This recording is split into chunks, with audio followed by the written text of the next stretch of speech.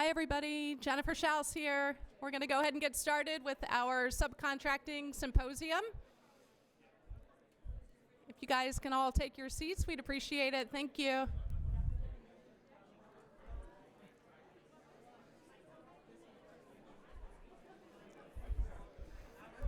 Thanks for coming. If you guys can grab your seats, we're going to go ahead and get this kicked off.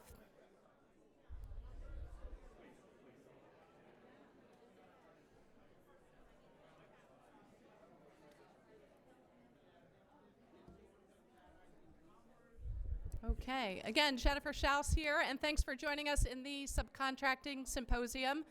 This is the first time we're doing this event, and we're glad that you guys were here to join us.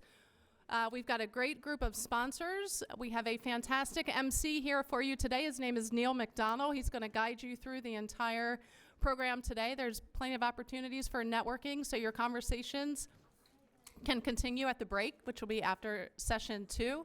Everybody should have an agenda on their table. Feel free to take pictures, post them on LinkedIn. But obviously, what I just want to say is thank you for being here. We really appreciate it. I also want to thank my team, who does a lot of work behind the scenes. It keeps me sane. And without further ado, I'm going to bring up Neil McDonald, again, the president of the GovCon Chamber. He does a ton of work for small businesses. So if you don't know him, make sure that you do before the day's out. Okay, thanks, everybody, and thanks, Neil. Oh, I got it. Thank you, Jennifer. I'm excited for us to get started today. There's so many good new faces I've met. I see you online, but I don't see you in person, so it's really great to do this. I think that's a special bonus for me.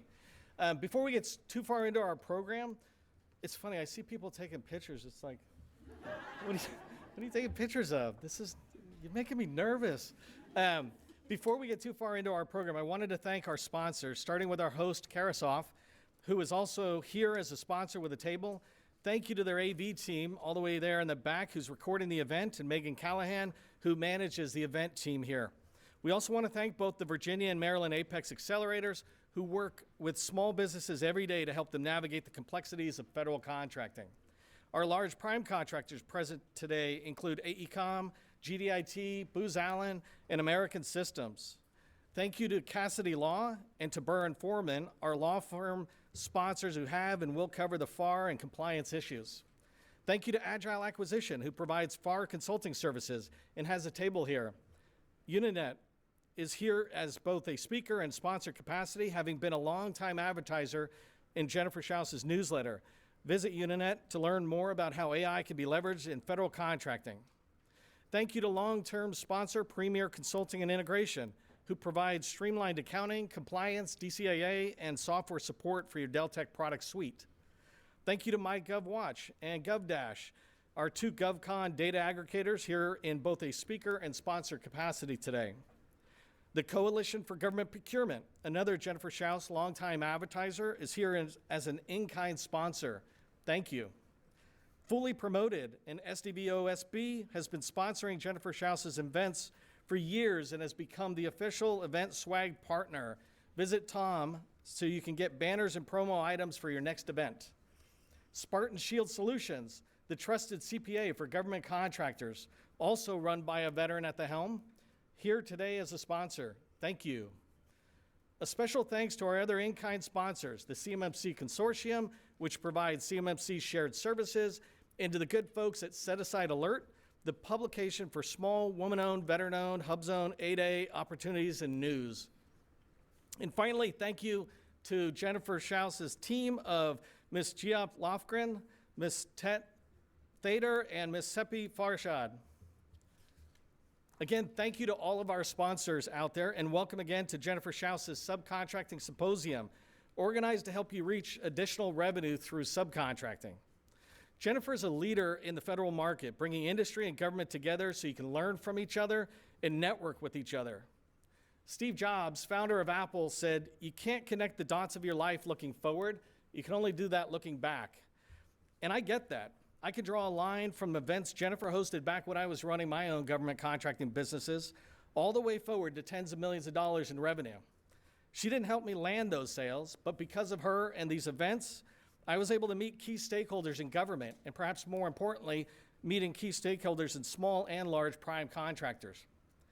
I hope you have similar positive experiences today that lead to future success, but that means you need to lean forward when our speakers are sharing their knowledge, and you need to be open to networking with others, including after this event. If you don't know me, my name's Neil McDonnell. I'm the president of the GovCon Chamber of Commerce. I spent 20 years as a small business owner in the federal market after getting out of the Army. And since 2018, I've been teaching people like you that government contracting is not a secret, it's just a process. I always make sure to point out there's 3 revenue streams in the federal market: subcontracting under small business prime contractors, prime contracting directly with federal agencies, and subcontracting under large prime contractors. Successful GovCons, including billion-dollar firms, pursue all 3 revenue streams. And that's why I was so excited to hear about today's summit. I know that subcontracting can lead to success for you. I know the value of all that you're going to gain from our panels and speakers today. As our first panel takes their seat right now, I wanted to remind you of one last thing. We have a tight agenda today, and I pretty much have one job: keep us on time. We'll have 2 panels, and then we'll have a networking break for 10 to 15 minutes, and then we'll come back with panels 3 and 4. After that, we're going to have a chance to network more with each other in the cocktail reception. So please scoot forward on your seats, listen to our speakers as we start exploring subcontracting in the federal market. Our first panel today is using data and relationships to uncover opportunities. Our moderator, Stephen Vito of Vito and Associates, brings deep experience in strategic communication in the federal market. What stood out to me is that he understands opportunities don't come from data alone or relationships alone. They come from using both together with intention. He focuses on what most companies miss: the right stakeholder, the hidden influencers, and the signals that point to real opportunities. I feel like that makes him the perfect person to guide this conversation. Please join me in welcoming Steve Vito and his panelists. Thank you. Wow, thank you for that applause. I'm most appreciative of that. Okay. Hello, everybody. I'm Steve Vito, and I am delighted and honored to be here today to talk about this particular topic. It's a topic that is crucial to winning in government contracting, and it's just not addressed enough. Developing a subcontracting strategy is not a nice to have, it's a must have. I've had this view of this market from several angles. In the media business, I worked for a prime contractor, VP of their alliances and partnerships, and I worked in government at U.S. Department of Veterans Affairs. I can tell you, getting on the right team is crucial. Here's a simple observation. In federal contracting, most companies don't lose because they lack capability. In my opinion, they lose because they were not on the right team. But here's the interesting part. While the market has become increasingly data-rich, many teaming decisions are still based solely on who you know, who have you worked with, who have you run into. Now let me say, I'm a big believer in networking events. Today's event. Last night I went to the VA industry happy hour. It's important, but you can't rely just on that. We are in an era of a lot of data-rich content, and you need both. You need the relationship, networking opportunities, and you need the data. So today we're going to explore how to use data and to build on the relationships that you have to develop your own subcontracting/teaming strategy. I want to thank JSchaus for putting this on. This is a topic that is not addressed enough, but should be. Okay, and now let me introduce our panelists. First, to my left here is Nick Bernardo. He is the president of MyGovWatch.com. Nick has over 25 years experience helping all size organizations on the federal and state and local markets to sell into government. He hosts a webinar called MyGovWatch Live, the B2G Roundtable, which you can find on YouTube. Next to Nick is a longtime friend of mine, Stephanie Geiger, a real expert in communications. Truly a B2G communications expert, helping government contractors develop and implement win strategies. Stephanie has helped large, small companies, and she also teaches which is, I found very interesting. She was explaining it to me over at the table. She teaches a JMU certified program that trains the next generation of GovCon B2G marketers. And this market, as we all know, is a little different than the commercial market. And then next to Stephanie is Sean Doherty. Sean is the co-founder of GovDash, an AI platform focused on helping businesses drive revenue growth in the public sector. They have over 200 clients winning billions in awards. Okay, so now let's get started. By the way, I'm going to ask our panelists questions, and I am going to save time in the end because I want to hear really tough questions from the audience at the end. Okay, so let's start with the general question. Nick, I'm going to give it to you.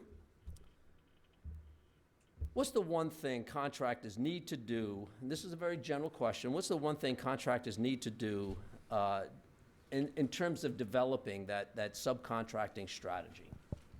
Great question, Steve, and I want to thank Jennifer for having me here today and the other panelists. Great to see you all here.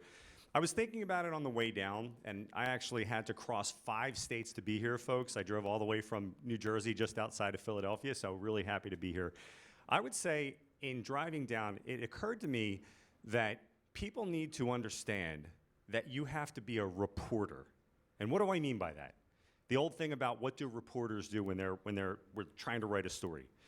You have to know the who, the what, the where, the when, the why, and the how, all right? And all of those things are super important. The people, the relationships, that's the who. That drives the bus. But everything else, that's where the data comes in. I just really think that's a great analogy, and I wonder what you all think about that. Well, Stephanie and John, if you want to chime in, please do. Yes. I think the who is critically important. Obviously, the GovCon network is totally built on who you know and the right timing for things. So in my opinion, that's a huge element of the understanding. And all the other pieces are where you need to fit in line to make sure that you're out there and being smart about how you place yourself in the market. Sean, you're nodding your head. Would you want to chime in? Yeah, I agree. I think the most important thing, probably a theme across my answers, is having a real understanding of what your capabilities are today, and then how you find partners that are going to be able to leverage those capabilities in ways that they can't on their own. Tim. Okay. Nick, there's a lot of public data out there today, and increasingly so. How should companies use this data to develop and implement a subcontracting strategy? Beyond what they're developing in terms of personal relationships, how are they going to use data to augment that? Yeah, great question. And I think fundamental to that, people need to understand that data isn't really the end game. Data is just the starting point for understanding like what to do next. So I go back to the analogy of the reporter, the who, the what, the where, the when, the why, and the how. All of those things, you can begin to understand the answer to those questions to identify what your targets would be by using data. And so, some of the emerging AI technologies that are out there, I have been shocked and amazed over the last few years about AI's ability to consume data and then help you make sense of it. But it all starts with using the data to understand those 6 different things, right? So the who, there's your contact information. The what are they buying, right? The timing of those things. And there are ways to use data to do all of those things to help you understand not only who is buying, but when they're buying and how they're buying. So I think it's really important to understand on a case-by-case basis, depending on what you're selling and who you're trying to sell it to, you have to understand that different items within those 6 may be more important than others, depending on what your industry is or what you're trying to achieve. So I think you need to start with a fundamental understanding of how would those 6 different data points rank in terms of who you're selling to and what you're selling. Let me actually dig a little deeper into that. Where are the sources of data that companies should go to? Yeah, I mean, so federally, we have not only usaspending.gov, now everything is moved from FPDS to the data bank on SamGov. So that's just the starting point, right? And I know we're not here to talk about state and local contracts, but what I have seen in my career, Steve, is that there's a tremendous amount of activity happening at the state and local level where people can mine state and local sources particularly open records requests, right? To understand who is competing at the state and local level, who is also competing at the federal level, because I don't know, like show of hands, who here has trouble trying to figure out who to sell to at the prime contractors? Like show of hands. People raising their hands. So those same companies that are bidding on federal contracts and you're trying to figure out like who should I be selling to, most of them are bidding on state and local contracts as well. So I just want people to understand that you can use state and local sources too to try to figure out who the decision makers are, because it's not always easily ascertainable through some of the federal sources. Stephanie, I have a question for you. You've been in marketing communications for quite a while. Just a little. 20 You're years. a real expert in it. I admire what you've done. And I've often said companies focus too much on vertical messaging up to government. I get it, that's important. But they should think also lateral, horizontal communications. What are some of the things that you think companies should be thinking about in terms of developing their image laterally to key prime contractors? Yeah, I mean, I always talk about how the GovCon space is an ecosystem. It's not just your government customers. There's so many other players that you need to be thinking about. And from a prime strategy perspective, you know, you need to not be chasing the primes. You really need to be intercepting them. And so using data in a way to kind of create some guardrails for yourself, who's actually bidding on things within your NAICS codes, you know, where are there places that it matches to your target agencies, and then starting to identify, you know, how you fit into the mix with those, right? So you can start looking at teaming patterns to identify who is actually using subcontracting in a heavy way, to identify that as a key indicator of a really a culture of partnership forward. So there's a lot of ways I think that you can start to lean into the ecosystem and kind of put some guardrails to make sure it's not one to everybody, right? And should there be different messaging? Oh, absolutely. So I like to think about government contractors and, you know, the primes and the government customers themselves as each unique audiences, right? So if you're talking to a government agency, you want to be unique in your message to that government agency's mission. Similarly to the primes, right? They're all going to have different opportunities that they're chasing. They all have different types of capabilities that they're bringing to market. So you need to be honing your message in a way that feels really unique to them and not something that's just kind of this blanket universal message that's going out to all. Could I add Sure, to that, just absolutely. to add on to what Stephanie went over there? So everyone here knows that there's a single NAICS code applied to each federal opportunity. You need to understand that there are implied requirements, or implied NAICS codes, let's call them, right? So you need to understand that just because they're assigning one 6-digit code to a purchasing activity, there are so many things that those primes will need that may be implied by that NAICS code.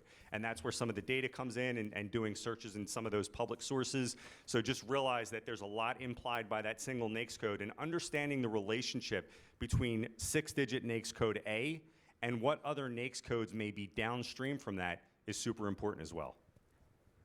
Can I layer one more thing Yeah, in yeah, there sure, too? go ahead. Yeah, I think one of the ways that you can be more findable, right, is showing up in those kind of credible, relatively timely manners, right? So making sure that you're out there, again, speaking to the credentials that these primes are looking for, and you've got some of that available public data to help you shape and hone in on that message for sure. So I have a question for Sean. Sean, you made a couple interesting points on our call. You have a long list of clients, big companies, small companies. When you look at those who consistently win, what are they doing right that maybe some of the other companies are not doing? How are they using data maybe more effectively than some of the other companies? I think it comes down to having a really healthy pipeline. So the companies we see that are winning consistently, as with any sales process, you're going to lose some of these deals. You're going to miss out on some opportunities that you weren't even aware of. But building an incredibly strong pipeline will plug those gaps. And the way that they're doing that, what we're seeing kind of from our vantage point is it's never been easier to run research to see what's out there based on what you actually do, what your capabilities are. And so I think the most forward-leaning, like tech-first companies that we work with, what they're doing is, like I mentioned before, they have a really strong idea of what their capabilities are.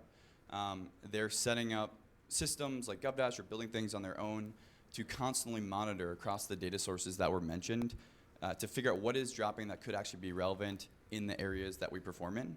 And then off of that, they're able to run deep research to figure out which primes are likely to go after these opportunities, who are the stakeholders there that we should engage with, and then reach out to them as you would do any sort of like tailored outreach, and hopefully you have connections there as well to get in the door. So they're just doing that day in and day out, building up that pipeline, and then whatever their hit rate is, that's what it's going to be. But if they have enough pipe, it will come through.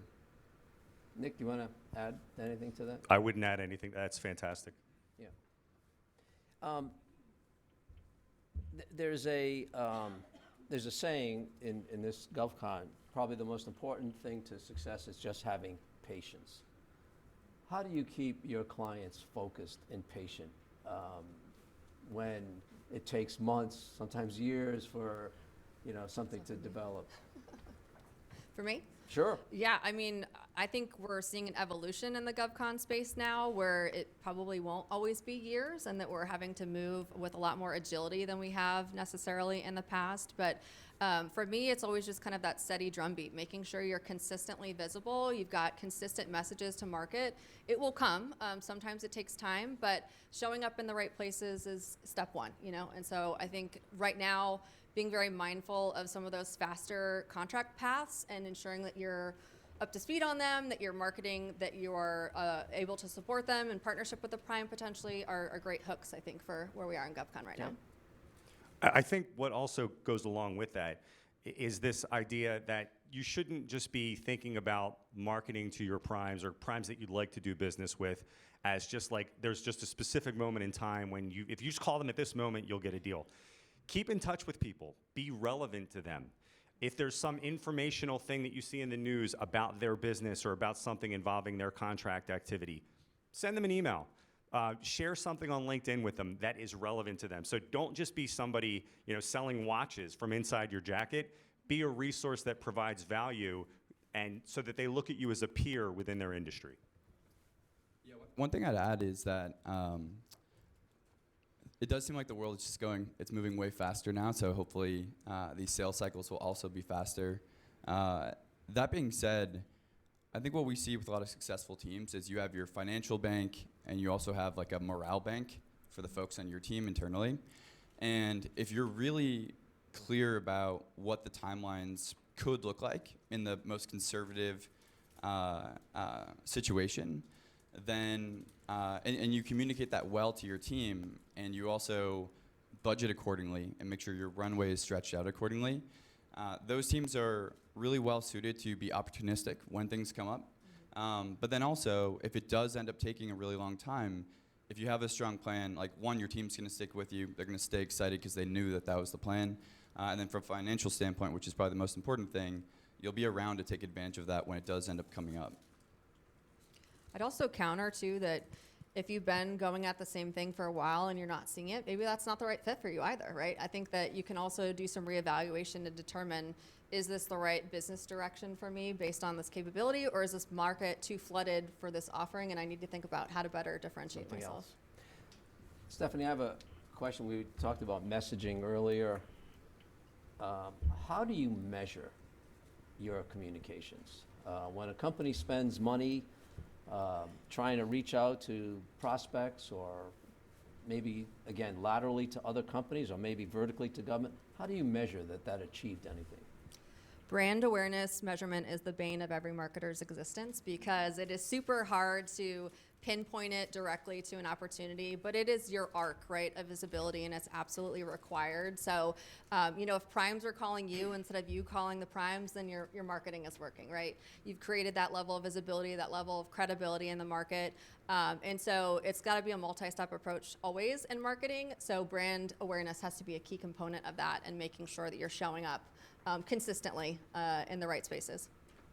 Yep, Sean, you had a comment? Yeah, I would just add that Neil mentioned it before. Like, you can only see how things connect when you're looking backwards. Like, this is one touch point of maybe a dozen touch points that might lead to something for you in a few months. It's really hard to know. Like, we struggle with this internally, even though we're selling like commercially as well. Just the marketing attribution is super difficult.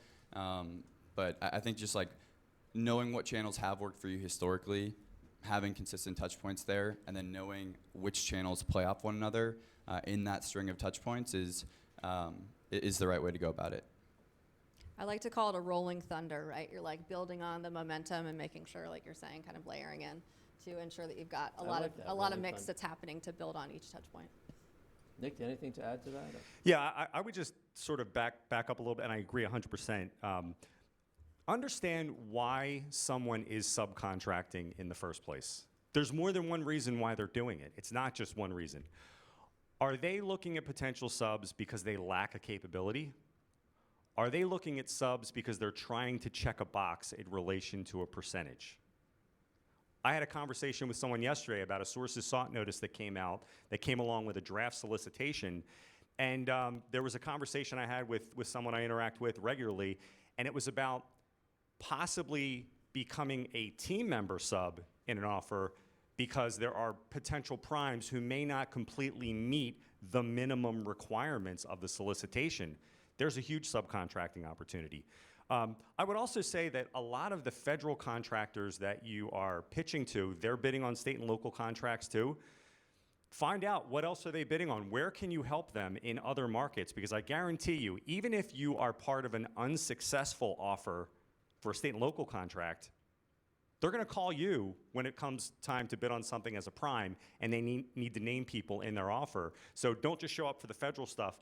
Show that you're available and accessible for things that could even be in the private sector. I'm going to ask another question, but I want you to be thinking about your questions, so get them ready. How would you generally summarize companies that you work with, their utilization of data? Are you bullish? Has it been good? Is it lacking? How would you generally summarize that? I wonder if Sean will laugh when I say this. They're overwhelmed, right? Wait, they're overwhelmed with Overwhelmed with data. So there's never been a time in human history, right, where there's more data. But the data is just, data is plural, right? People can be overwhelmed with so much information. At some point, it has to become actionable. And now we're back to the who, right? And the who, I would even argue that, data and people, data and relationships, you can get the subcontracts with the relationships and not so much data, right? But it doesn't really work well in the other direction. I wonder what you all think of that. I agree. Data is volume right now if you can't do anything with it.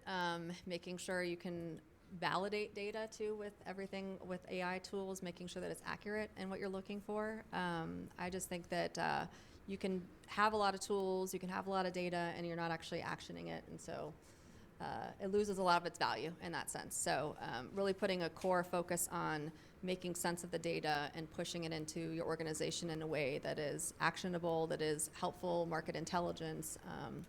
It's kind of the way I take it. Yeah, well, I couldn't be more biased on this topic, but I'm super bullish on all the data that's available and how we're able to use it. I think that it's way easier to make sense of data now, just using all this AI tooling, and won't get too into the AI stuff, but you can consume and organize vast amounts of data super quickly. I think that's useful, but it's very useful when you then combine that with information that you're able to uncover by going on site and talking to a customer, like walking the halls of some agency. And then when you have a thesis on like the direction that you want to go, or the direction that like a customer is going in, when you have the ability to quickly mine through data to back that up or form a more informed strategy off of your gut, that's super powerful. And so we're seeing that a lot. I think that the more time will be spent on going and talking to the customer and mining insights that way than having to do all this crazy data analysis work and hiring tons of people than you would have had to do like 5 years ago. Yeah, and just to add on to what Sean's saying, you should try to understand what are your personal strengths and limitations, right? As a business owner or as an executive. And then what are the strengths of your team members, right? There might be some people who might be more or less suited to trying to make sense of the data, even with the tools that are out there. So, and I always encourage people, because a lot of you, and I'm sure most of you, are not just trying to make headway in federal contracts or subcontracts. You have like your private contracts as well. realize that there's only a certain amount of your week or your month or your person's week or that person's month that they can spend on using data or building these relationships. You should almost start from the premise of like, how much time do you have to spend on it, or how much time does your person or your people, how much time do they have, and back out of that premise. One more add to that too. I think there's also not an excuse anymore for you not to be informed because of all these data resources. I don't know how many times I have talked about, agency strategic plans as being a great mechanism for understanding mission and kind of what they're tackling from a challenges perspective. And so now, as sales and BD folks and as marketers, you have access to this information that can create a lot more of an intelligent conversation. And so there's really no excuse to show up and just kind of be the trench coat salesman, like you said. You can be very specialized in how you're speaking to your prospective primes or your prospective customers. Okay, now it's your turn. Yes, here, this table right here.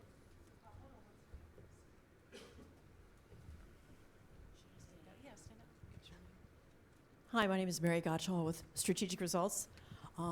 I'd like to ask the panel, how do you think AI is going to transform GovCon? Is it going to increase jobs, decrease jobs? And what sort of jobs might it increase? What sort of jobs might it decrease? Yes. That's a heavy one that we're all dealing with. Let me Yeah. just clarify. Are you suggesting relative to on the subcontracting level, or just generally? I mean, there's all sorts of impacts that AI is having across the board of various professions. I think right now we're looking at ways to optimize time, as Sean was talking about with data, from a marketing sense, looking at your stack and how you can operationalize your team better. I don't think there's an area that's not being impacted, at least from a component in a positive way. You also have to think of the flip side of how you prepare yourself for the evolution that's happening now. Yeah, this is a pretty well-known idea, Jevons paradox. Basically, as systems become more efficient, you actually end up doing more and consuming more. This stuff, it's like really scary, right? Where you go and you run like Cloud Coworker or something, and it's just working for 8 hours and spits out something that would have taken you a week, and you're like, wow, is this coming for me, right? Is this coming for everyone? Like, who is this not going to replace? That being said, I think that as not to go too meta here, but as humans, like we have an insatiable hunger to do more, to produce more, to be better. And because of that, I don't think like GovCon's a special snowflake where it's not going to happen here. Like, it should happen here. We should improve our capabilities. We should do more to help agencies be more competitive and make the country more competitive. And I think that will happen. There might be a strange transition period as well as we're getting used to these things, but I would bet that there actually will be more jobs, right? If you look at like a decade out from now, we're just going to be doing 10, maybe 100x more than we're doing today. And I think that would be a net really good thing. Some of the jobs might change, but net, that should be a powerful outcome. All right, any other questions? Way back. Hey, so this question is actually for Sean. Sean, we're a small data management firm based out of Dallas, Virginia. We use your product. It's been almost a year. You guys helped us win a couple of good contracts. We're very happy with it so far. I wanted to ask you now. You partially answered my question. How do you compare your product versus something like Claude Cowork?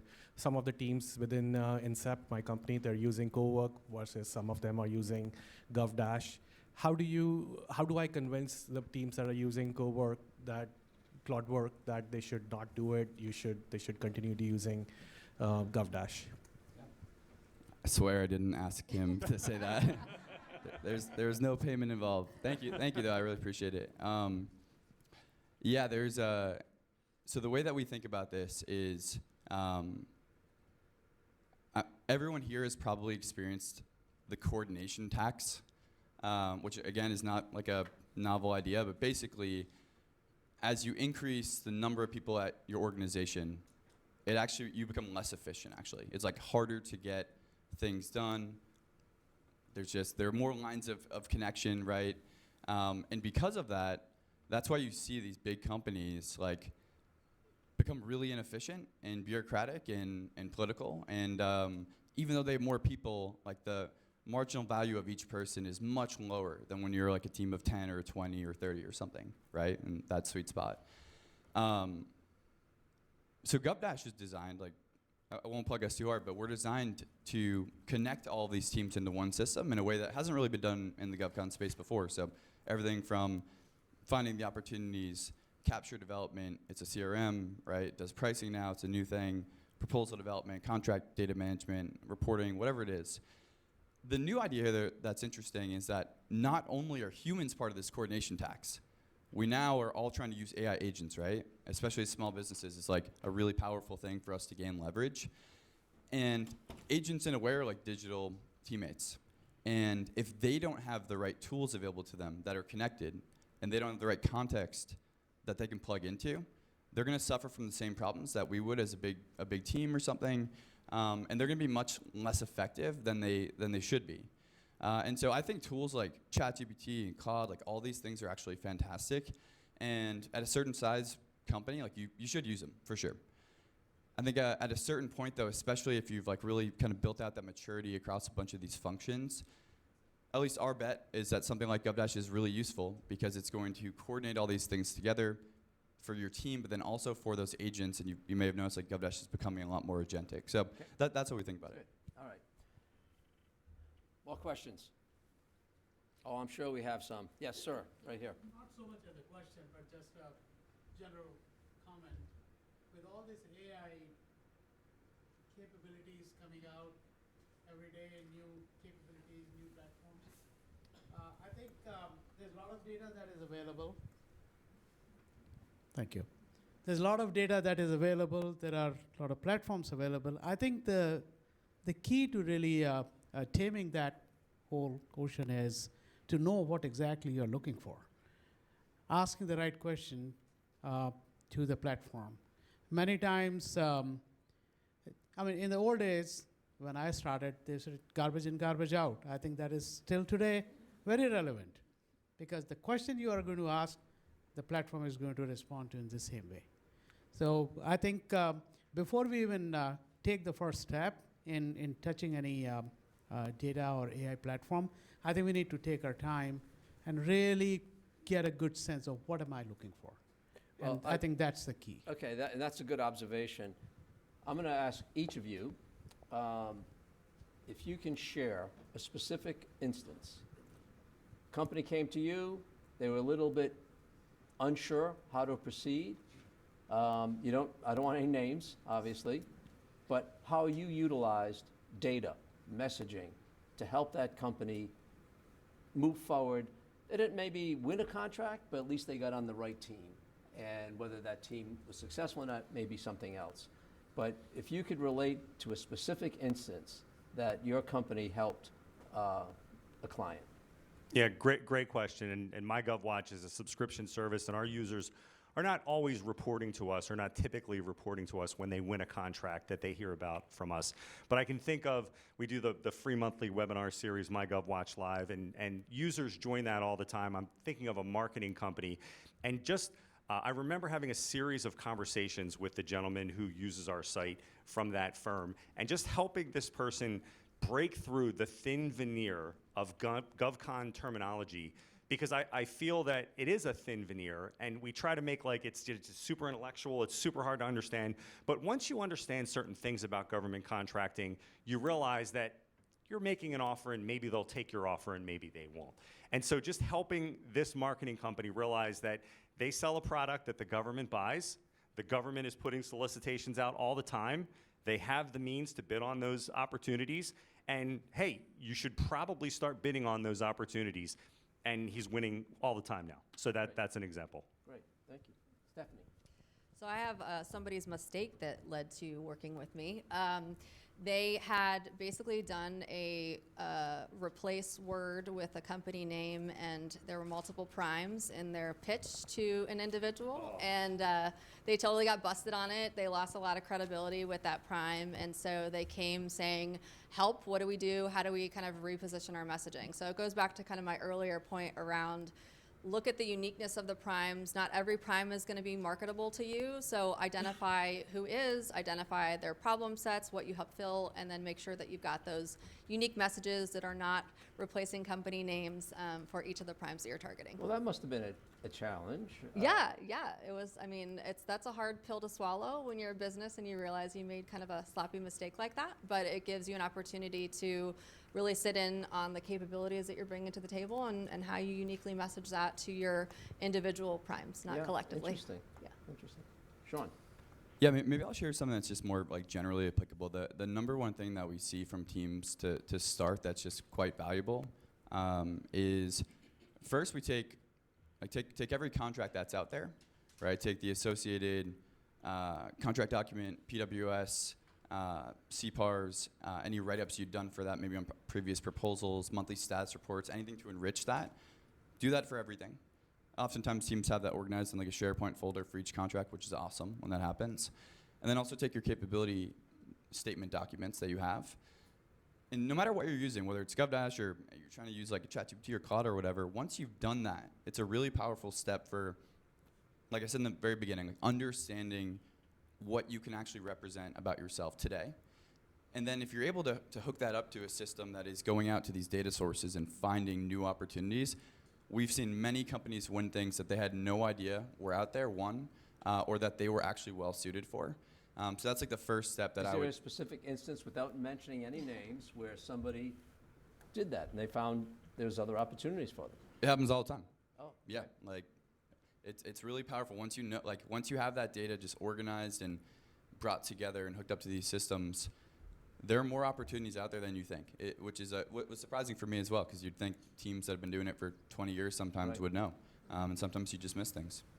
Can I just add to what you're saying, Sean? So there's this idea that there's always people who have pre-sold every government contract. That's not true. I mean, certainly that is happening with larger federal contracts, but it's not always true that they already know who they're going to pick in advance. And just that sort of goes hand in hand with what Sean's saying. Great. One more question, if I can. Neil McDonald, GovCon Chamber. I have a question for the panel. One of the big challenges with data, if I go back to the title of the session, and using data, one of the challenges with data is there's so much data out there, and we think that's kind of full stop. We get all this data, then we write a proposal, but for those of us who know about this, there's the part in between. How do you guide people on navigating from the time you got all this data, whatever the data is related to, the examples you were giving, before you write the proposal, so you make sure you actually understand the customer? Can you share a little bit about that as it relates to the data? I mean, this is marketing, right?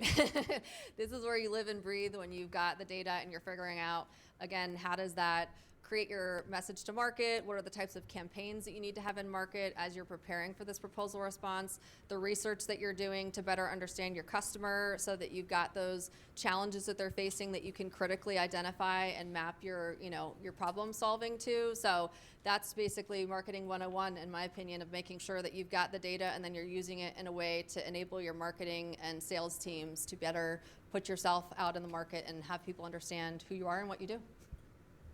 Yeah, I couldn't agree more. Actually, the fastest growing like product area in GovDash is called Capture, and it's all about research. It's like once we've actually found an opportunity and we run a capability matrix or something, we've like qualified it initially. You have to do serious research on the customer, on who potential teaming partners could be, on competitors, on what your risks are, on what your win themes are going to be like. All those basic things. A lot of teams will tailor things very specifically to themselves as well. But that is like by far the most important exercise for, if you get to the proposal stage, great. But before you do that, you're basically going to win the proposal by running that research up front. And then at that point, it's once you do get to the proposal side, it's about just getting those ideas down in a coherent way. Nick? Yeah, it's a roadmap. That's what I like to call it, basically. Your roadmap to success. Nick, anything to offer? Or I think I would agree wholeheartedly. Folks, please join me in thanking Nick, Stephanie, and Sean. Now let me turn it back over to Neil.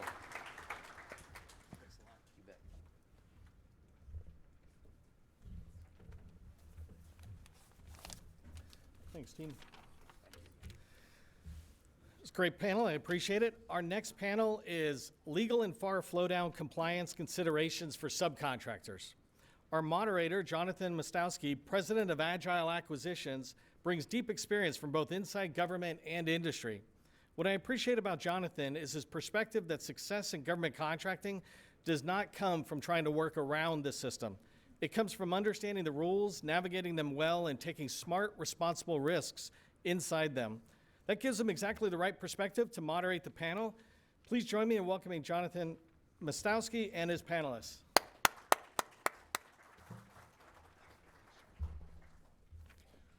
All right, well, thank you so much for having me here today. I'm excited about this panel. I'm a self-proclaimed FAR nerd. I love government acquisitions, probably too much. So when I was asked to moderate this panel of two really, really brilliant attorneys on subcontracting law and some topics that we talked about just when we were meeting before the session and even earlier today, every time I have a conversation with them, I learn something new. And again, I'm a nerd about this stuff. So I think you all are in for a real treat. I'll introduce them both now. So Margaret Cassidy founded Cassidy Law and advises companies on navigating federal government procurement while going global. As former global compliance counsel for a division of GE and PwC's former government ethics and compliance leaders, she understands business and what is needed for ethical, resilient operations. I love this part. Margaret loves the law, FAR and ITAR and NISPOM, and knows turning these rules into strategic advantages is an imperative to scale fast, grab opportunities while managing legal landmines. Welcome. Our second panelist today is David Timm. David is a partner of the Burr and Forman, Washington, D.C. office. He represents contractors and companies in complex disputes, claims, and bid protests involving federal government contracts. David is the chair of the Bid Protest Committee for Federal Bar Association. He serves on the National Association of Surety Bond Producers Attorney Advisory Council, and he is the co-chair for Burr's AI Committee. And we know AI is going to be a question, right?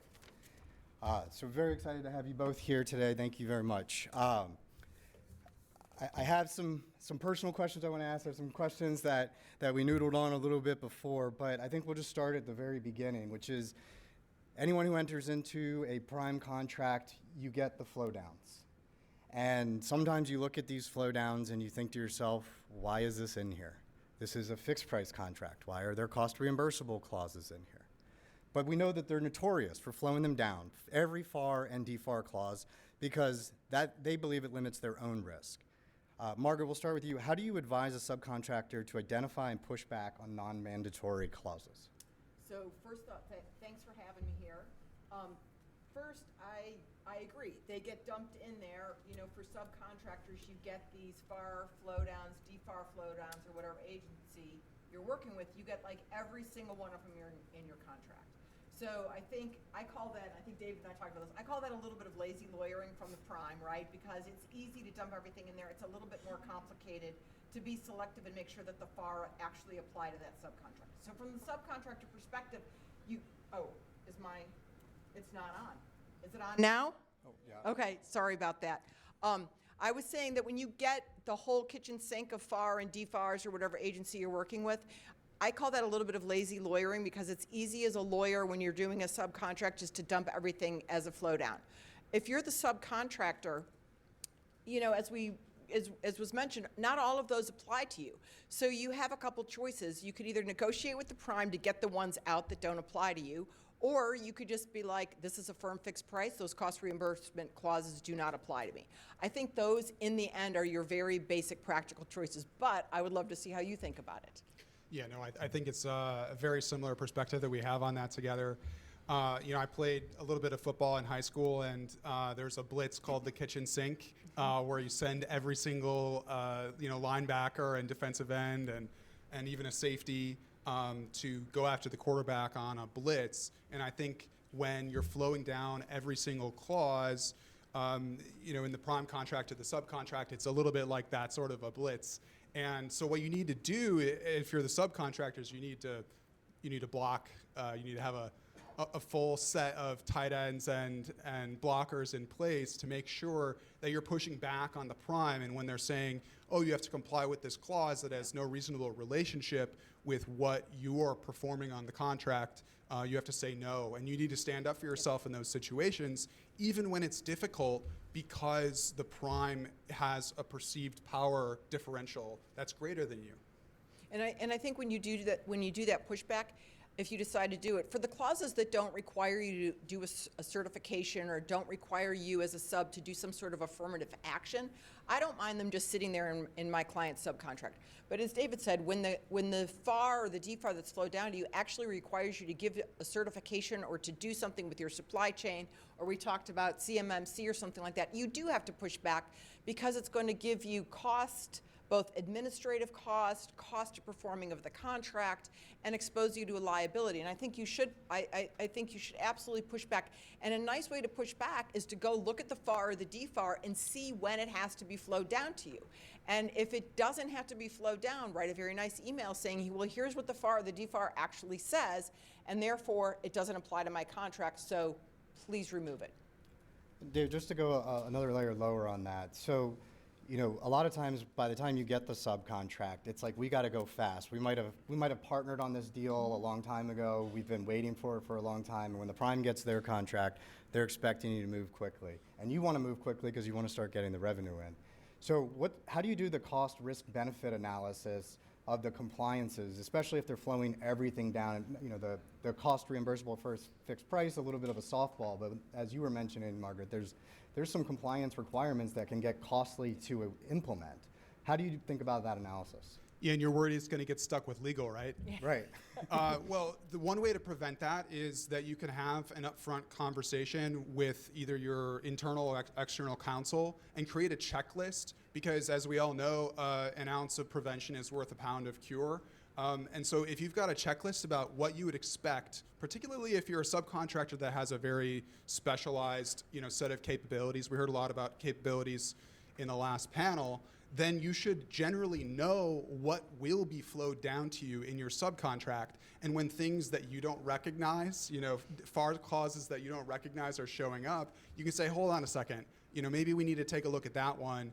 And in those cases, I think because you've already met with legal, you might not even need to have it stuck in your lawyer's inbox.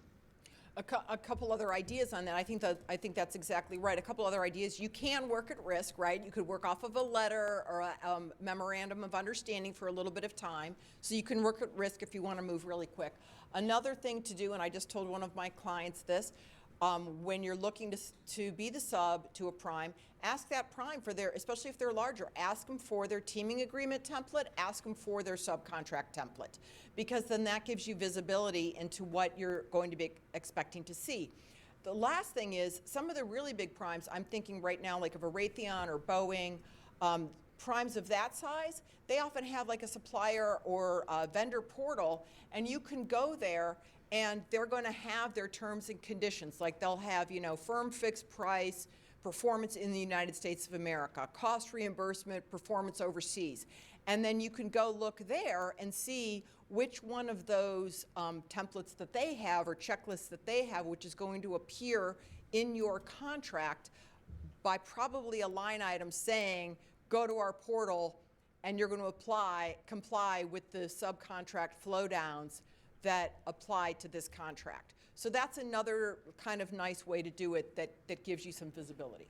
I love that idea. I think it's such a smart thing if you know you're going to be working with the prime contractor because you've been in a pursuit setting for a while, trying to get a relationship with them, doing business development. It makes sense to check them out, not just for their capabilities or the sorts of work that they are typically doing in the subcontractors that they might be working with, but how do they operate from a subcontract perspective? And you can take that information, maybe use one of those cool software vendors to help you distill a bunch of their subcontracts down and take a look at what typically is passed down and what other subcontractors have accepted in those situations to the extent that information is publicly available. But I think there's a reason everybody advocates for checklists, and it's because that's what pilots use and doctors use, and it works. And we forget if we're not on top of the ball, and if we're in crunch time, we forget what sorts of things we need to be checking for, and that's what the checklist helps us with. And I'm just going to break away from the FAR flow downs for a moment and talk about the rest of the parts of your contract.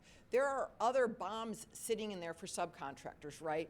One of them, because I'm guilty of doing this, as a prime, putting in a really strong audit clause, right? This is only one example. You put in an audit clause like, I have the right to audit you, subcontractor, as long as I give you reasonable notice, and you have to get me your books and records, and et cetera. Or another one that's kind of a bomb is you have to tell me of certain events. You get a government subpoena for an investigation, or you get sued or something like that.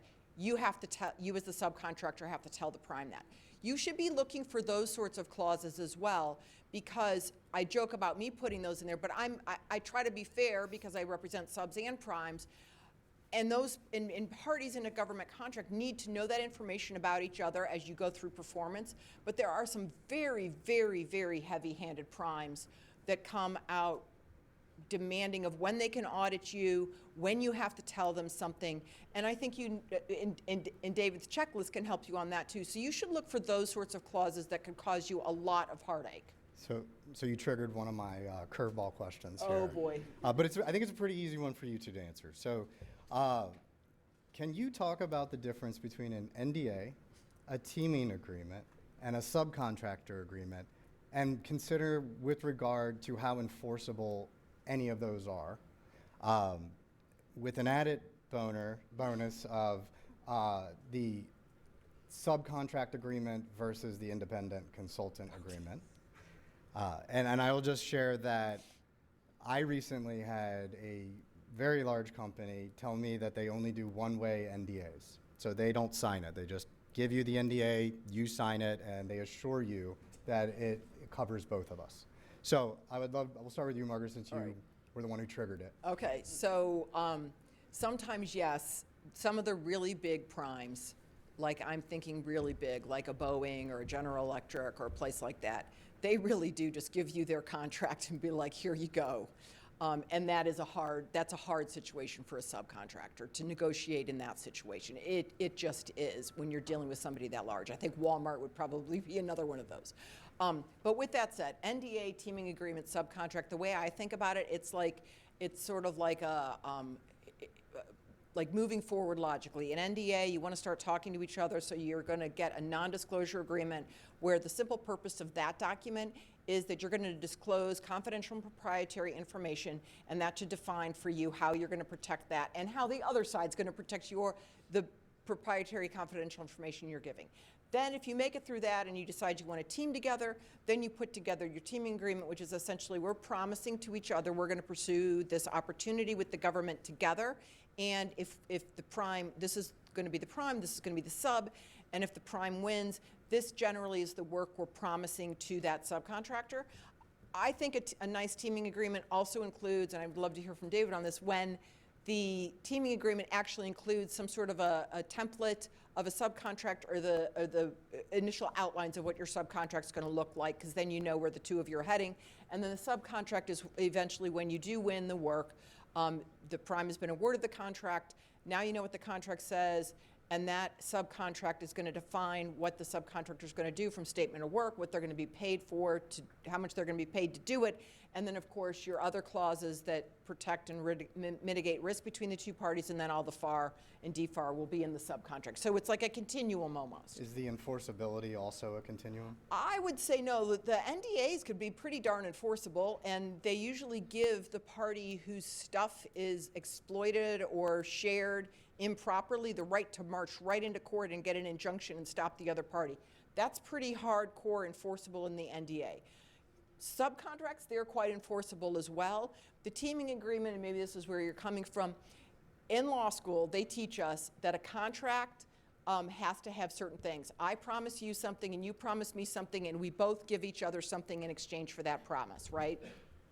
The teaming agreement at the highest of level in the mind of a lawyer and the mind of the courts is a promise to promise. So it's like, I promise that I will promise you a subcontract. So theoretically, if you take contracting, this is so geeky, you take contracting down to its essence, a teaming agreement is, I will promise to promise a contract to you at a future date. And that's where this notion that they're not that enforceable. I'd like to hear David explain that as well. No, I think you did an excellent job laying it out, but in my head, I'm like, Yeah. Offer acceptance consideration. Yes. That's the elements Law of the school. contract. Yeah, unfortunately, it's drilled into us. But yeah, I think that there's that picture floating around where there's like a sketch of a horse in the back, and then it generally gets more and more detailed and like drawn in. You can picture sort of moving in that direction from an NDA to a teaming agreement to the very specific considerations of like which person is going to be doing the bulk of the work and what is the scope of work. Everything gets more and more detailed as you get to from the NDA to the teaming agreement and to the final subcontract. And I think one of the important considerations, I think, it sounds a little bit like the teaming agreement, is like some of these like circular AI financing deals where they're like, yeah, we'll give you $1 billion at some point if you figure out these conditions, maybe. But I think that it can be really valuable because it helps the two parties figure out what is the subcontract ultimately going to look like, who is going to be doing what, and when you get, when the work is about to start and you get that subcontract rush and you're like, oh no, I don't want it to be stuck in the lawyer's inbox for 2 weeks and then we have to start at risk. If your teaming agreement is sufficiently well laid out, then your subcontract should be, hopefully the more detailed end of the horse when you finally sign it. But sometimes it feels like teaming agreements are like a good faith handshake. And hopefully not a lot of people, but I had many clients who have made teaming agreements because the prime wanted their logo or some of their past experience to help them win. And then when the actual contract was awarded, they either got a very small share, less than they expected, or none. And so I guess my last question on flow downs, where we started, is should the subcontractor expect the prime to show them the actual prime contract? David, go ahead. Yeah, yes, please, and thank you. I thank you for the softball. I appreciate it. Yeah, I think it's really important to know what's in the prime contract. Maybe if you're doing like an extremely small slice of the work, it's really well defined in the subcontract. Maybe you don't need to take an extremely close look at the prime contract. But I would ask, I think, why they would withhold the prime contract from us. I think, you talked about deals breaking down and, disputes arising from like the teaming agreement phase to the actual subcontract phase, and that would be a red flag for me. Maybe a deal breaker. What do you think about that? Yeah, I agree. You should always ask for the prime contract because that will inform you through the subcontracting process. They don't always give it. A lot of times they won't give it over, but it is a red flag. And on the red flags, one of the things that I think businesses should always remember, flow downs, contract terms and conditions, whatever you want to call it, no contract, no matter how well we draft it, is going to save you from a dispute or dishonesty or unfairness in that subcontracting process. So due diligence, your primes, your big primes are going to do due diligence on you, but you should do due diligence on your primes. Like, are they known to be fair to their subcontracts, to walk through that subcontract performance together as a team, or do they get in fights all the time? Do they end up in court? Do they terminate subcontracts unfairly and the subcontractor doesn't have that much power to go fight them over it? So you can have the greatest NDA, the greatest teaming agreement, the greatest subcontract, but you don't have a business partner that you can look in the eye and trust, you're not going to get very far. So I think that's a bedrock principle for all businesses to consider. All right, thank you. So we're warmed up now. All right. We're going to get into a little bit harder questions. Oh, boy. So we want to talk about the False Claims Act. Before we even get into the questions, Margaret, would you mind just giving just an overview of the False Claims Act, kind of the broad strokes of the topic here? So the False Claims Act essentially says, it's the federal government saying to those who do business with the government, you better, whatever you tell us must be current, accurate, and complete. And when we rely on something you tell us, and whatever we relied on turns out to be false, then we can pursue you either civilly or criminally if it was really seriously false under the False Claims Act. Now, what's important to remember is, like, you don't have to think to yourself, like, don't think fraud or don't think dishonesty. Simple lacks of due diligence, like a great one recently, Georgia Tech was accused, their lab that did cybersecurity research was representing that they had a great cybersecurity system consistent with their government contract, and in the end, the government accused them of not having a cybersecurity system as required by their contract. Georgia Tech reached settlement with the government under the False Claims Act. They didn't admit liability, but they settled the matter, saying, like, yeah, we'll give you money, government. Certainly Georgia Tech did not purposely say, let's defraud the government and lie to them about our cybersecurity system, but the False Claims Act comes into play when you make a representation to the government, they rely on that representation, and that's not true, even if you do it by mistake or failing to do due diligence. That's kind of that's like the basics of it, I guess. No, that's great. And so David, so from a subcontractor's perspective, you just take like a specific area where you could run into trouble, like pay. How does False Claim Act affect or impact subcontractors in that area? Right. So if you're a subcontractor, you're not in privity, which means you don't have a direct contractual relationship with the federal government themselves. So they're more likely to go after the prime contractor, but that's why you have subcontracts, right? And there's an indemnification clause or something like that in the subcontract that says, to the extent we're hurt because of your errors and omissions in the, let's say it's a request for money to the government, but you're doing it to the prime, and the prime is then making a request to the government for money to pay you, and that underlying that first request for money is false. That's a false claim. The prime contractor is going to be in big trouble, and they're going to come after you via the False Claims Act, essentially, because you've violated the contract that you have with the prime contractor, and they're in for a world of hurt unless they can sufficiently offload things on you and show that they didn't have any knowledge about the false certification. Okay, so now let's get a little bit tougher here, right? Supply chain management. So pay is largely in the subcontractor's control. You should have that insight. You may not, but you should and you could.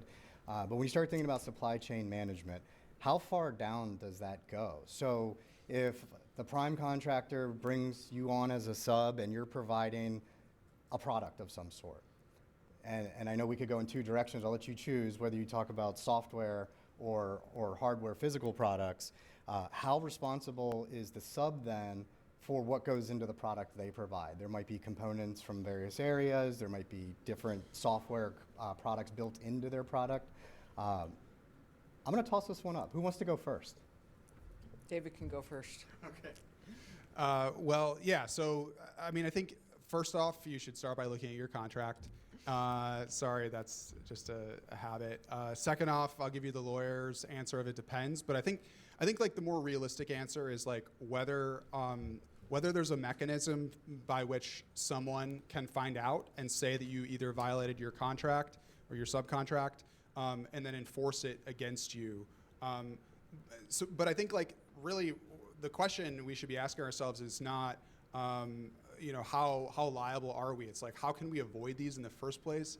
Like, I'm a litigator, and so all I do is like work on disputes and issues between the prime and the sub, or the government and the prime, and all of that helps us to figure out proactively the ways that we should be mitigating the risk, right? And so when I think about that, I think about, well, what's your relationship with either the supplier or the lower tier subcontractor, and what sort of certifications or assurances have they given you, and how reasonable is it for you to rely on them? Like, let's say that you have to comply with the Buy American Act, and you receive some products from your subcontractor or supplier, and you're looking at it and you're like, oh, that says made in China or whatever. Then I think red flags should be waving around, dancing in your head. But if they've told you, no, this is, we don't think there's a problem here, we sourced it from X, Y, and Z, and you have some reasonable basis to trust them, I think it's much less likely that you're actually going to run into some kind of serious problem. What do you think about that? I think that's right. Having some visibility and willful blindness, that's another lawyer term that we like. Willfully or intentionally or whatever words you want to use, deciding not to get to the bottom of things of what your subcontractor is delivering to you or what you're receiving from your subs is not the answer. You do have some sort of obligation to make sure, as David said, get some sort of assurances. But supply chain management is very, very difficult because technically, under the law, those requirements, no matter how far down the industrial-based supply chain that you are, let's use products, because I think that's a little easier conceptually. If you're delivering a component that's going to go into a DoD weapon system at some point, that component probably has to comply with Buy America.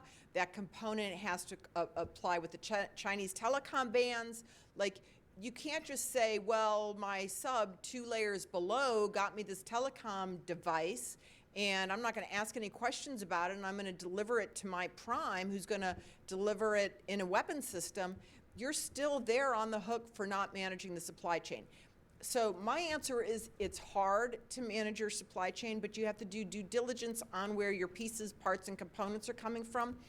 And that includes software, right? So like if you're building software for the United States government, they're expecting you to have a library of where your code came from and that there's some code purity so that you're not inadvertently putting like Chinese or Russian bugs or viruses into software that you're going to eventually deliver and it's going to land on a DoD system. Yeah, there was a big software issue for large language model makers across the United States. I think there were millions and millions of downloads for this particular open source piece of code that hooked into Gemini and Claude and ChatGPT's harness, and it had some malware in it. And it had been used millions and millions of times by users, and all of those were then infected. And yeah, if you're delivering a product that has something like that to the federal government, I think that you're going to have some problems. It's going to be painful. Yeah. But that sort of goes a little bit towards where I suspect Jonathan might take us next on the Gen AI clause that they've requested feedback on the federal government dictating terms about, buying American large language models, for instance, and it evokes the Anthropic Pentagon dispute.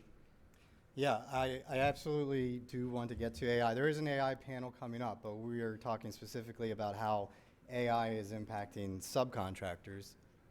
What's that? Questions? Yeah. So let's just take a minute on that one before we move on.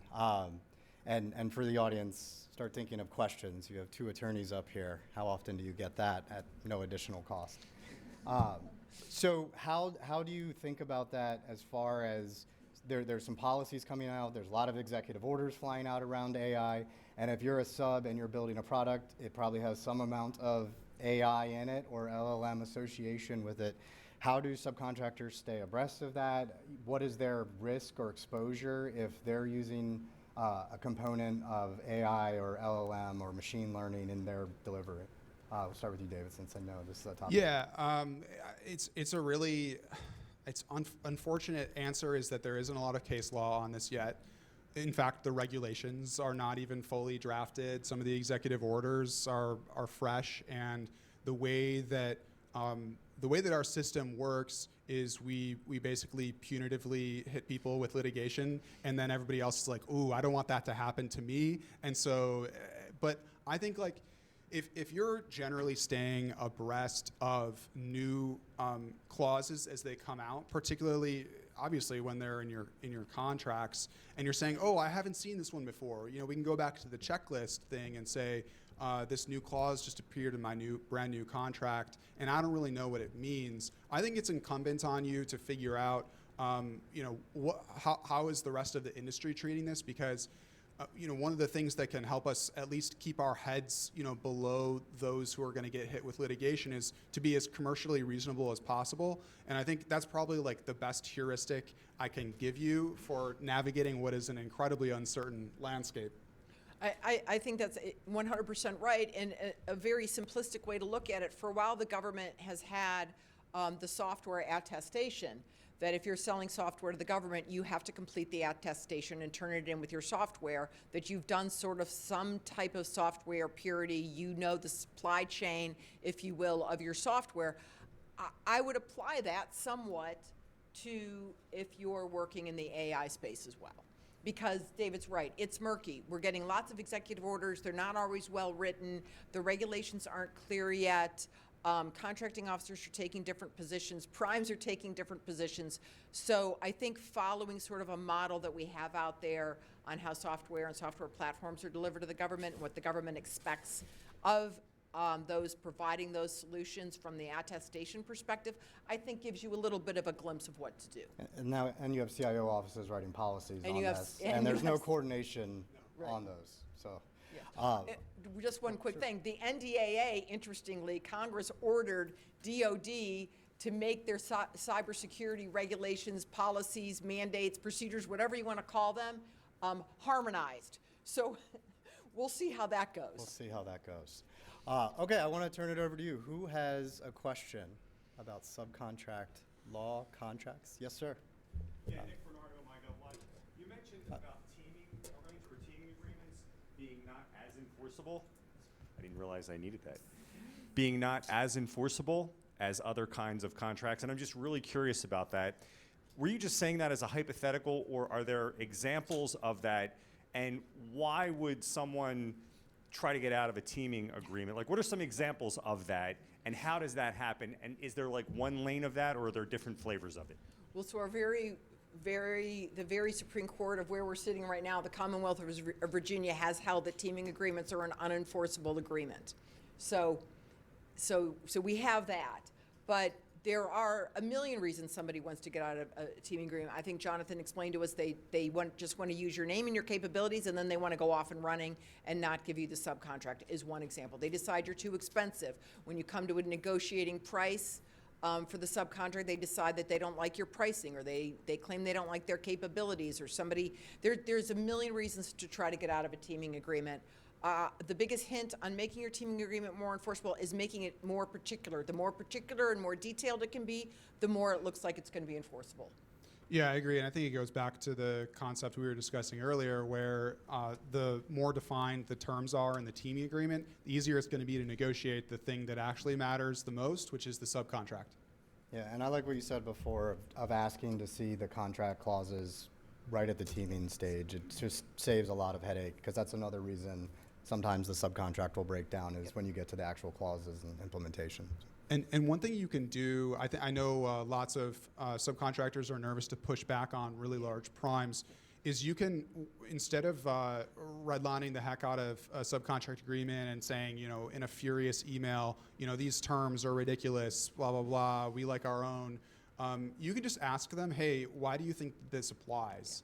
And if you do it in that way, like sort of non-threateningly, and you say, hey, I noticed you flowed down XYZ clause, we're trying to figure out internally like how it applies to our subcontract. I think reasonable people, the people that you want to be teaming with and working with, are going to say, yeah, you're right, and then they'll remove it themselves. Yeah. I think that's, I'm just going to pile on that. I think that's excellent. And bubble in that little comment and say, we'd love to understand where you're coming from on this, but we don't right now. Can you explain what you want us to do? Yeah, and negotiations 101, know your hard positions, your soft positions, because I think often, especially the larger primes, will push back and say, oh, that's fine, I just have to put it through legal. That's probably going to take 3 to 5 months, so, and nobody wants to wait. So knowing which ones, like, okay, well, if it takes 3 to 5 months, we're all going to wait 3 to 5 months because it's that important. Any other questions? Question. And maybe you guys we'll covered allow this. I apologize if this has been covered, but CMMC and how that flows down for subcontractors? So I think it goes to what David said earlier, that you have to know what you're performing and what you're doing for the government. So there is the belief that if somebody's performing for the Department of Defense and then you're the subcontractor, that you're stuck with the whole shoot and match of CMMC. The gravamen of figuring out of whether that applies to you or not is what work are you doing for the government and for your prime, and is that work something that the CMMC framework requires you to implement that system? Yeah, I agree, and it goes back to understanding like your scope of work in vis-a-vis the prime contract. Like maybe they're dealing with a lot of CUI or otherwise material that might be subject to CMMC, but your scope of work is like extremely specific and it has nothing to do with those documents. Yep. Well then, yeah, I don't see any reason why it would apply if you're not handling Yep. those. So your first question when you see CMMC is like, does that even apply to the scope of work that I'm doing? And referring back to the beginning of our discussion here, that's when you really, really want to push back on. If you don't have to do CMMC, you should definitely push back. I think we have a question from the middle. Hi, I'm Pius from Escade. On software supply chain issues, so CVEs, like critical vulnerabilities, happen almost daily, and DHS's CISA flags these CVEs for popular libraries. So in particular for who is responsible for a software supply chain issue, where is the line drawn? Yeah, I think it's tough to figure out. And one thing I'll note, like just with the proliferation of chatbots that are highly competent at writing code, right? Like, we know what LLMs are doing. They're predicting the next likely token, and they're doing that based on all of the public knowledge that they were able to, draw. And I think so sometimes you'll ask, if you're in coding, if you're in software, you'll ask an LLM to come up with a solution to your particular problem.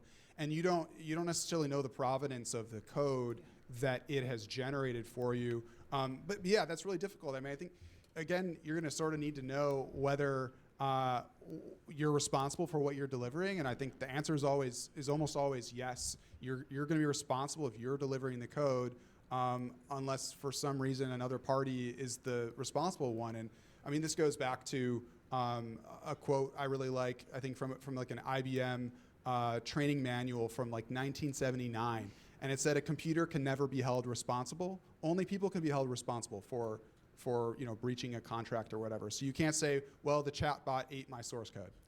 Well, and I love that. And also, a lot of the open source libraries, if you dig down and you're going to pull code from one of those libraries, if you buzz around on that library, it'll tell you oftentimes where that code came from, how it was developed, and it'll even, this will move into my international side, oftentimes it'll even tell you the export control of that code. Because just because something's open source doesn't mean it may not have export control. So some of these really good, professionally run, like I'm thinking MIT's library, they give you that sort of information. So then it's more you pulling the code from that library is more of a documentation exercise. I don't mean to minimize it because your question is right and it's a complex question. But at least those very well-known, reputable open source libraries do give you some information. I will say an OpenClaw-based chat bot could absolutely eat your source code. Any other comments or questions from the audience? I've got one over here. Okay, I'll ask an open-ended question that hopefully you guys can think about and answer. What is a question that you wish you were asked more sitting in that seat? Ooh, that was like my wrap-up question. That was a good one. I don't know that I have a great answer. What question I wish I was asked more? Just show me the contract. Like show me the contract that you want to sign before you sign it, and before you've been performing for 2 months, and then something disastrous happens, and then you're calling me and you're trying to get out of the contract or trying to negotiate with the counterparty. Yeah, I would say instead of specifying a question in particular that I wish I was asked more, I wish that my clients or my potential future clients would ask me earlier about it. I think that's all, again, we go back to the ounce of prevention, better than a pound of cure, or a lot of legal fees. And then I'd say, like, when you ask me the question, and then the way and the context in which you ask me the question.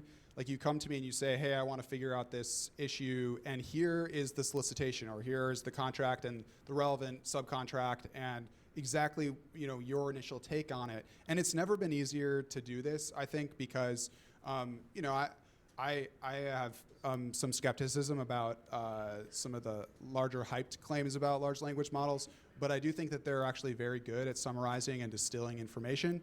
I wouldn't recommend, relying on them without validation in like high importance and high risk situations.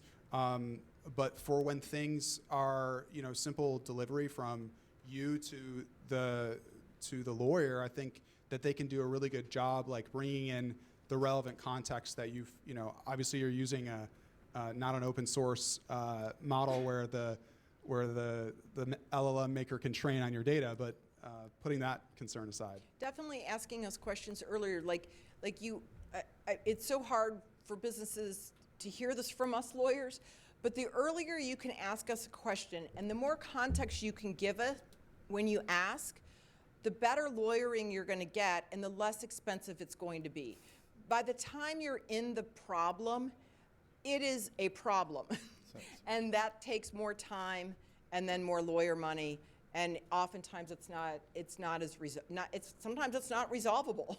And I think this is probably true for you too, but I, every now and then, have a client come to me and say, hey, we've been having problems in this particular vein where you've helped us like way down in the litigation process. Can we just do a training to talk about how we can avoid getting there? And I'm extremely happy to do those sort of things. Yeah. Yes. So don't be penny wise, pound foolish. That's right. All right, I believe we're at time. I want to thank Margaret and David so much for coming up here. I know I learned something. I hope you all did too. And I'm going to have Neil come back up here to give a really important announcement of what we're doing next. I got it. All right, thank you. Those were great questions. Thank you to the panel. We're going to take a 15-minute break here in a second, and I want to ask you to please take a minute and visit the sponsor and exhibit tables to say thank you. It's because of you and them that these events are able to be put on, and so go ahead and just say thanks. It's a quick way to say thanks by visiting their table. One other thing I wanted to tell you, if you're newer to networking, if you're around and you start networking like this, where you have 2 or 3 of you and you're closing in on a circle, that's a closed circle and no one wants to approach it because we're scared. But if you just turn a little bit like this, you are inviting us in, and it makes networking so much better for those of us who are newer to it and shyer. Let's go ahead and take a break and come back at 3:40.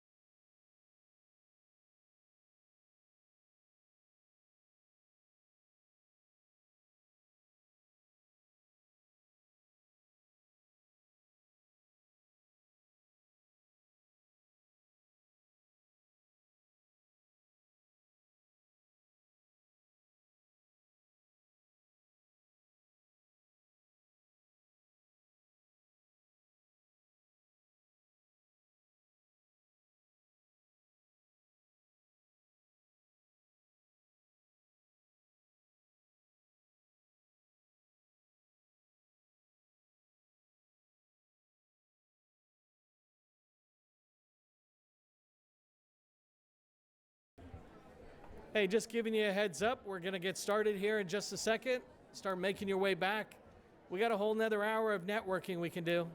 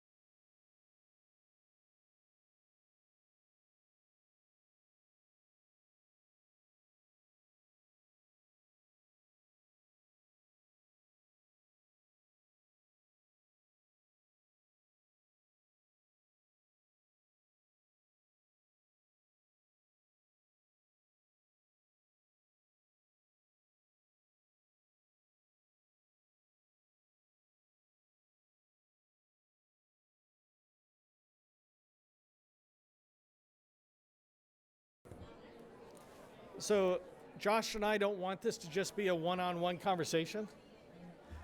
If you're back there, all the way in the back, raise your hand if you can see it.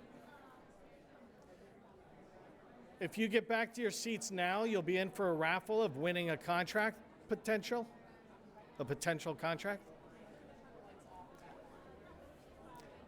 Whoa, that was for you. Networking is so much fun. Let's work our way back to the tables. This is not even you. We'll do after.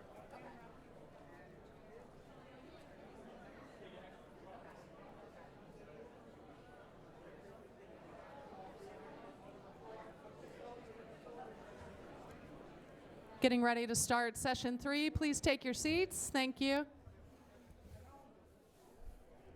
Let's go ahead and help stay on time.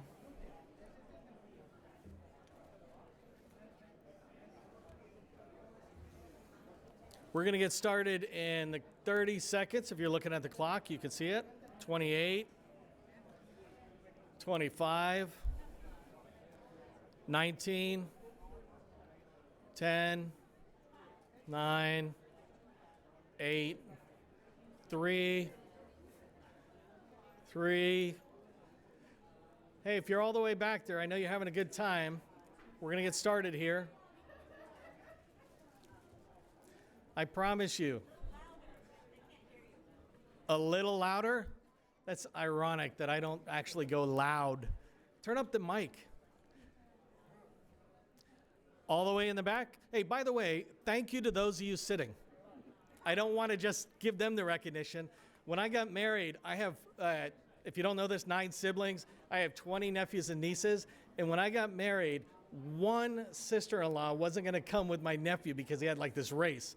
And I was fixating on it. And for those of you who know Cecilia, who's my sister, and she's on LinkedIn, one day she just smacked me virtually and said, why are you focusing so much on the people who aren't coming and not the people driving from California to Washington, D.C.? I was like, so thank you for sitting here and being ready. I think, Josh, if you're okay with it, we'll get started. We serve the people who are here. And let me just make sure the boss is okay with that, wherever Jennifer is. Jennifer, I'm going to start now. Jennifer, she started. Session 3 is starting now. Oh, there we go. Our next session is leveraging AI for a competitive advantage as a subcontractor. Josh Cramer, Vice President of Customer Experience at Unanet and co-founder of GovPro AI, has spent nearly 20 years in business development and proposals across the commercial and federal markets.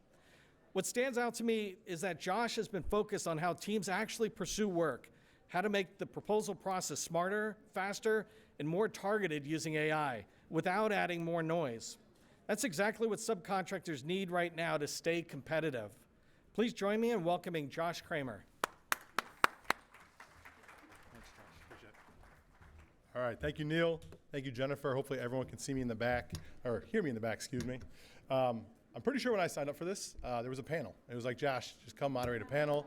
It'll be very easy. Suddenly I saw the event updates and my face was by itself all of a sudden, and I was like, all right, well, if I'm going to be many of you, I'm sure, are owner-operators, BD leads at growing businesses, if I'm going to sit in your seat, what would I want to take away from this session? So I recognize hearing one person's voice for 40 minutes might be like, oh, Josh better come with some good stuff. So I said, all right, let me take this from the lens of actually being a subcontractor and where I can apply AI in my daily life. So we're going to spend the time doing that. I want to make sure I do this right. Perfect. If you're not familiar with Unanet, please stop by our booth in the back there. All GovCon solutions all the time. I won't spend too much time on that here. Where I want to spend my time today is really in 5 areas. Really the top 4 areas are how to be a very great partner and really help be a good subcontractor to large primes, which I know there was a few in the back, and how to do that using AI to make that a whole lot easier. We're going to do kind of 2 things. One, I'm going to tell you, I'm going to weave in all the pieces where I've made mistakes before AI and kind of that life there. And then also take some stories of folks that I stay close to. So I meet a lot of great folks at events like this. I think JSchaus puts on one of the best events out there. So really glad to have you all here. When I go to these events, I run into a lot of folks that are working through a lot of different things. I think these are great because you can learn a lot from each other and share that information back and forth. So we're also going to take you through a few examples of applying some of these techniques in your day-to-day to help move the needle for your business. So first and foremost, we're going to spend our time on telling our story. I know there was a marketing lead person on the first panel. We'll dovetail a little bit off that. Then we're going to talk about meeting your customers, getting in front of them, how to get information that's important, and of course, using that to your advantage as you go to partner. Finding your best partners. We've all, I'm sure, have met many partners and had many lunches that didn't go anywhere.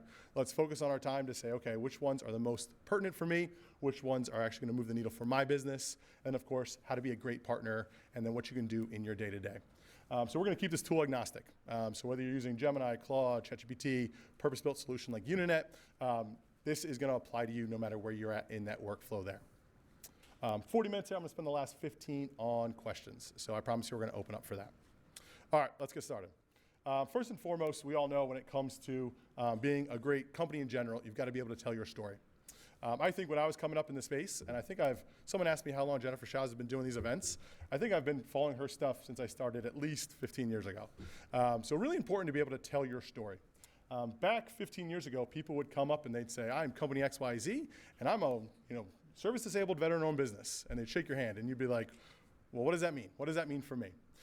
Very important to be able to say, okay, this is what my organization does. And again, many of you can do many services and work across many service lines. So it's very important to not only know what does your business do, but more importantly, how to actually communicate that. So we've all got capability statements, I'm sure. I think I've watched many Neil webinars about how to get a good capability statement together, what that looks like for your audience. I've always been a fan of, when I started, I worked with a lot of CEOs that were like, I got to have this amazing one-pager. It's got to have every single NAICS code. All of a sudden, it fills up the whole page, it throws a little bit about services, and you're like, this is a really busy capability statement. But 15 years ago, that was like, cool, I got to get the right branding on. Well, when I came through, I was like, okay, well, how do I make this applicable to the audiences that I'm meeting with? Not just the contracting officers, the program office, the end users of my potential solution. How do I make a capability statement that looks and feels like they would want to be interested in it? Hint, hint, it's not just one, right? I need to be able to take my capability statement and be able to message that across audiences. And that's really where not just saying, hey, this is one great capability statement, AI becomes a really good role player in that. Because you can take your core capability statement and say, all right, I want to build one based on personas that I interact with. If a contracting officer asks me my information, I want to get them that NAICS code, here's my past performance one, because it covers all my details. If I'm meeting with a program office, I want to take that information and not just list my NAICS codes, I want to talk about what I've done that's applicable to them. How are my services actually something that they should care about and match whatever their need is? So I tailor the capability statement to that. And of course, I want to be able to tailor my capability statement to the agency, the department, the office that I'm working with. If you come there with a generic one and say, I do IT services, we all know that there's probably 50 they got that day that all say IT services. So it's really important to be able to make yourself stand out from the audience. What that looks like with AI is many times taking that core capability statement that you have and turning it around and putting in prompts like you see. Thank God for a million screens all over the place here. On the bottom, I put prompts on every slide that you can drop into your chat tool and say, all right, here's my capability statement. Please tailor it to this audience. Please pull out these key points that are most applicable. Maybe I met someone at an event like this. Maybe I went to a large government conference. How do I actually turn my information around that they would be interested in it? I used to do this by hand. I used to say, I just met someone, great, let me do my capability statement. I read some old book on how to be really good at copywriting. Then I'd spend a day or two writing it up. Speed's really important. If I just met someone and that contracting office or that program office met 30 of me that day, how am I actually going to stand out? I stand out with not only the quality of what I give them, but how quickly I get it to them as well, with the relevance. So using AI to help you tailor your capability statement, your elevator pitch, your presentation, becomes a really big enabler for organizations that are like, okay, I just met someone, I want to have a follow-up, I want to have action items with them. It helps you really tailor that, so use it for that. Also your past performance. I know we've all got government past performances that are structured with contract start, contract end date, dollar value, all that information in there. That narrative that you write about that can change to the audience as well. Maybe for one audience here where you did an IT services component, they very much care about how you worked with a certain type of software, which you actually did. So now I want to tailor that to my new audience. So running that through an AI tool can help you really tailor what that looks like for your team. So I'd recommend if I'm sitting in your shoes and it's like, okay, I've got a great capability statement, how do I scale this? Look at the personas in which you want to meet with. Look at the audiences, the agencies, the departments, the offices that you're going to be communicating with, and tailor it to that. Because that's going to be more memorable than the one that's a one-size-fits-all that inboxes for contracting officers are full of anyway. All right, that's the only one without a kind of in the wild story. So let's talk about going and meeting your government customers. So you're like, Josh, I'm a small business. Going and meeting my customers, I need primes to bring me on their contracts. I need to sit on large contracts that I know are out there. Shaping takes a while for me to win my own opportunity. You're absolutely correct. If you come in here and you say, I'm only going to win prime contracts, I'm never going to sub, you're going to take a long time to win those first contracts, especially if you're in the services or project-based business. But if you're in an opportunity to say, okay, hey, I want to grow my business, I'm open to subcontracting, I'm open to partnering, the number one thing that makes you stand out to many of the organizations that are sitting in the back is the relationships that you have within the government. And again, I say relationships. You're like, Josh, there's 186 agencies. There's all these people in there that I want to prioritize. We'll talk about that. But first and foremost, and I think I'm sitting really nicely with kind of the data group that went in the first panel, getting that data to say, okay, which agencies do I want to spend my time? Depending on the size of your business, depending on the headcount that you have as a team, which are the 5 to 10 to 15 agencies that I want to spend my time on in 2026 and 2027? So that way when I go out and do my BD activities, whether it's conferences or meetings or things like that, I can very much focus my message and what I want to communicate there. So a lot of great resources out there as they talked about on the first panel. Then what you want to do is really research that program leadership. You're going to see I started with program leadership. I've got nothing against contracting officers. I'm sure some of you are former contracting officers. They're incredibly important to the opportunity lifecycle. If I provide a service or a solution that's going to move the needle for an agency or a program office, I want to start with the program leadership because they're going to validate whatever I'm presenting. They're going to share their challenges, their pain points, that information. So I want to find out who those folks are and then work my way to the cores and the contracting offices because that helps me build that demand across my customer base. Many times cores, there's a lot of smart people out there that have been cores, they'll tell you they're just given the opportunities that are in front of them. Many times it's hard for them to look strategically 18 months down the road and say what's coming, here's what you should look for. What they're very much focused on is kind of their day-to-day. So I'd start with the program leadership. Take that program leadership and go find who those folks are that are potentially your targets. Now you're probably saying, Josh, is there an AI tool that's going to tell me exactly who to reach out to? Probably not. Especially as a growing business, I always say play a numbers game. There's no problem in being human, and we're going to talk about that here in the targeted outreach step. There might be 3 or 4 people that might have the title that might fit who you're going to reach out to. There's no shame in reaching out to those folks and turning around and saying, okay, here's my very tailored message because I read your strategic plan. I know how my solution could map into your ecosystem. Maybe there's 3 or 4 people in there that might be a good fit. I send them a message using all that information that I pulled in. I know my target agency. I know what their strategic plans are. I know how my solution might fit. And then reach out and say, hey, I thought this was pertinent to you because of X, Y, Z. Are you the right person to communicate about this? I will say that probably the most surprising thing that I've seen in government contracting space is how responsive the government is if you do all those pieces. We're going to share a story here where that worked famously well for one of the companies that I know really well. Just taking those steps and saying, all right, I'm going to take the AI tool that I have and I'm going to run these 3 steps, or these 4 steps. Which are the agencies do I want to spend my time? Who in there do I want to talk to? I love pulling up their LinkedIn bio. I say, hey, let me learn more about this person. What's their background? How can it be very tailored in my outreach? What are their strategic plans? So that way when I go to reach out to them, I know what they're working on, at least from an outside level. No one wants you to come in cold and say, I do IT services, what do you need, right? You're never going to get a meeting that way. but then layering on where does my solution potentially fit and who do I want to target that in there. So those become all prompts. Again, take advantage of all the screens that are around, and there's many more prompts that I'm more than happy to share after this. So that way, when you go to present them or reach out via email or reach out in a forum that they're participating in, you are very tailored in what you're doing. Now, I would say you can also chase them down at events. In that case, you need to think on your feet. Hey, I know this person's going to be at this event. I think LinkedIn's become a great forum for a lot of government folks to use that say, hey, I'm going to this event. We're talking about this.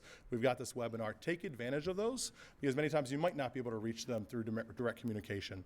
So bring that information with you. I will tell you, if I'm a subcontractor, this is the most important information that I'm going to bring to any prime that I meet. And I think you guys get to a prime panel right after me. When those folks talk to organizations like yours, they're always worried about what's out there that I don't know. Yes, do they have more depth than you? Are they in these agencies? Are they working these programs? Absolutely. But there's always informations and conversations that they're not in. So if you're in there and you're able to pull out nuggets from a program office that is looking for specific help, a specific solution, and be able to present that back to the prime that you're targeting as a good fit partner for future stuff, that's going to resonate a whole lot faster than, hey, here's my capability statement. I'd love to work with you. So definitely use AI to take advantage of these areas here. Now let's talk about a story in the wild. This actually happened 3 weeks ago. I work with, I know an organization that does low-code platform work inside the government contracting space. So they actually have a very healthy commercial organization. They're building out their federal organization, and as you can imagine, what they're doing is subcontracting right out of the gate. Sure, there's definitely RFIs out there for what they do. They work with a name brand product. But it is, as we all know, RFIs, if you're not ahead of them, they take a little bit to know when's an RFI going to become an RFP, an RFQ, so on and so forth. There's a world outside of and before the RFI. And this is what they did. They said, all right, let's run that pattern. We know the agencies that we want to focus on. We know where we can fit. Let's actually tailor out our outreach and get in front of the organizations there. So what they did was they found 3 folks that sit inside one office inside DHS. I won't be too specific. I don't know if I can. But inside of there, they said, all right, let me tee up a message and an outreach to those folks about what we do and where we could potentially help. The cool thing is the government is very open with the challenges that they've got out there. Some of it's moving fast. Some of us have to follow some social channels for certain people to keep up with what's going on. But you can use that to tailor and inform the information and the outreach that you have. When it comes to reaching out, they use shout out Sam McKenna. If you've not been on LinkedIn, definitely follow her. She does a great job of how to communicate with executive leadership and agency leadership using a method called Show Me You Know Me. What they did was very tailor the outreach that they had to that audience and say, hey, I think you're doing this. Here's where I think we could help.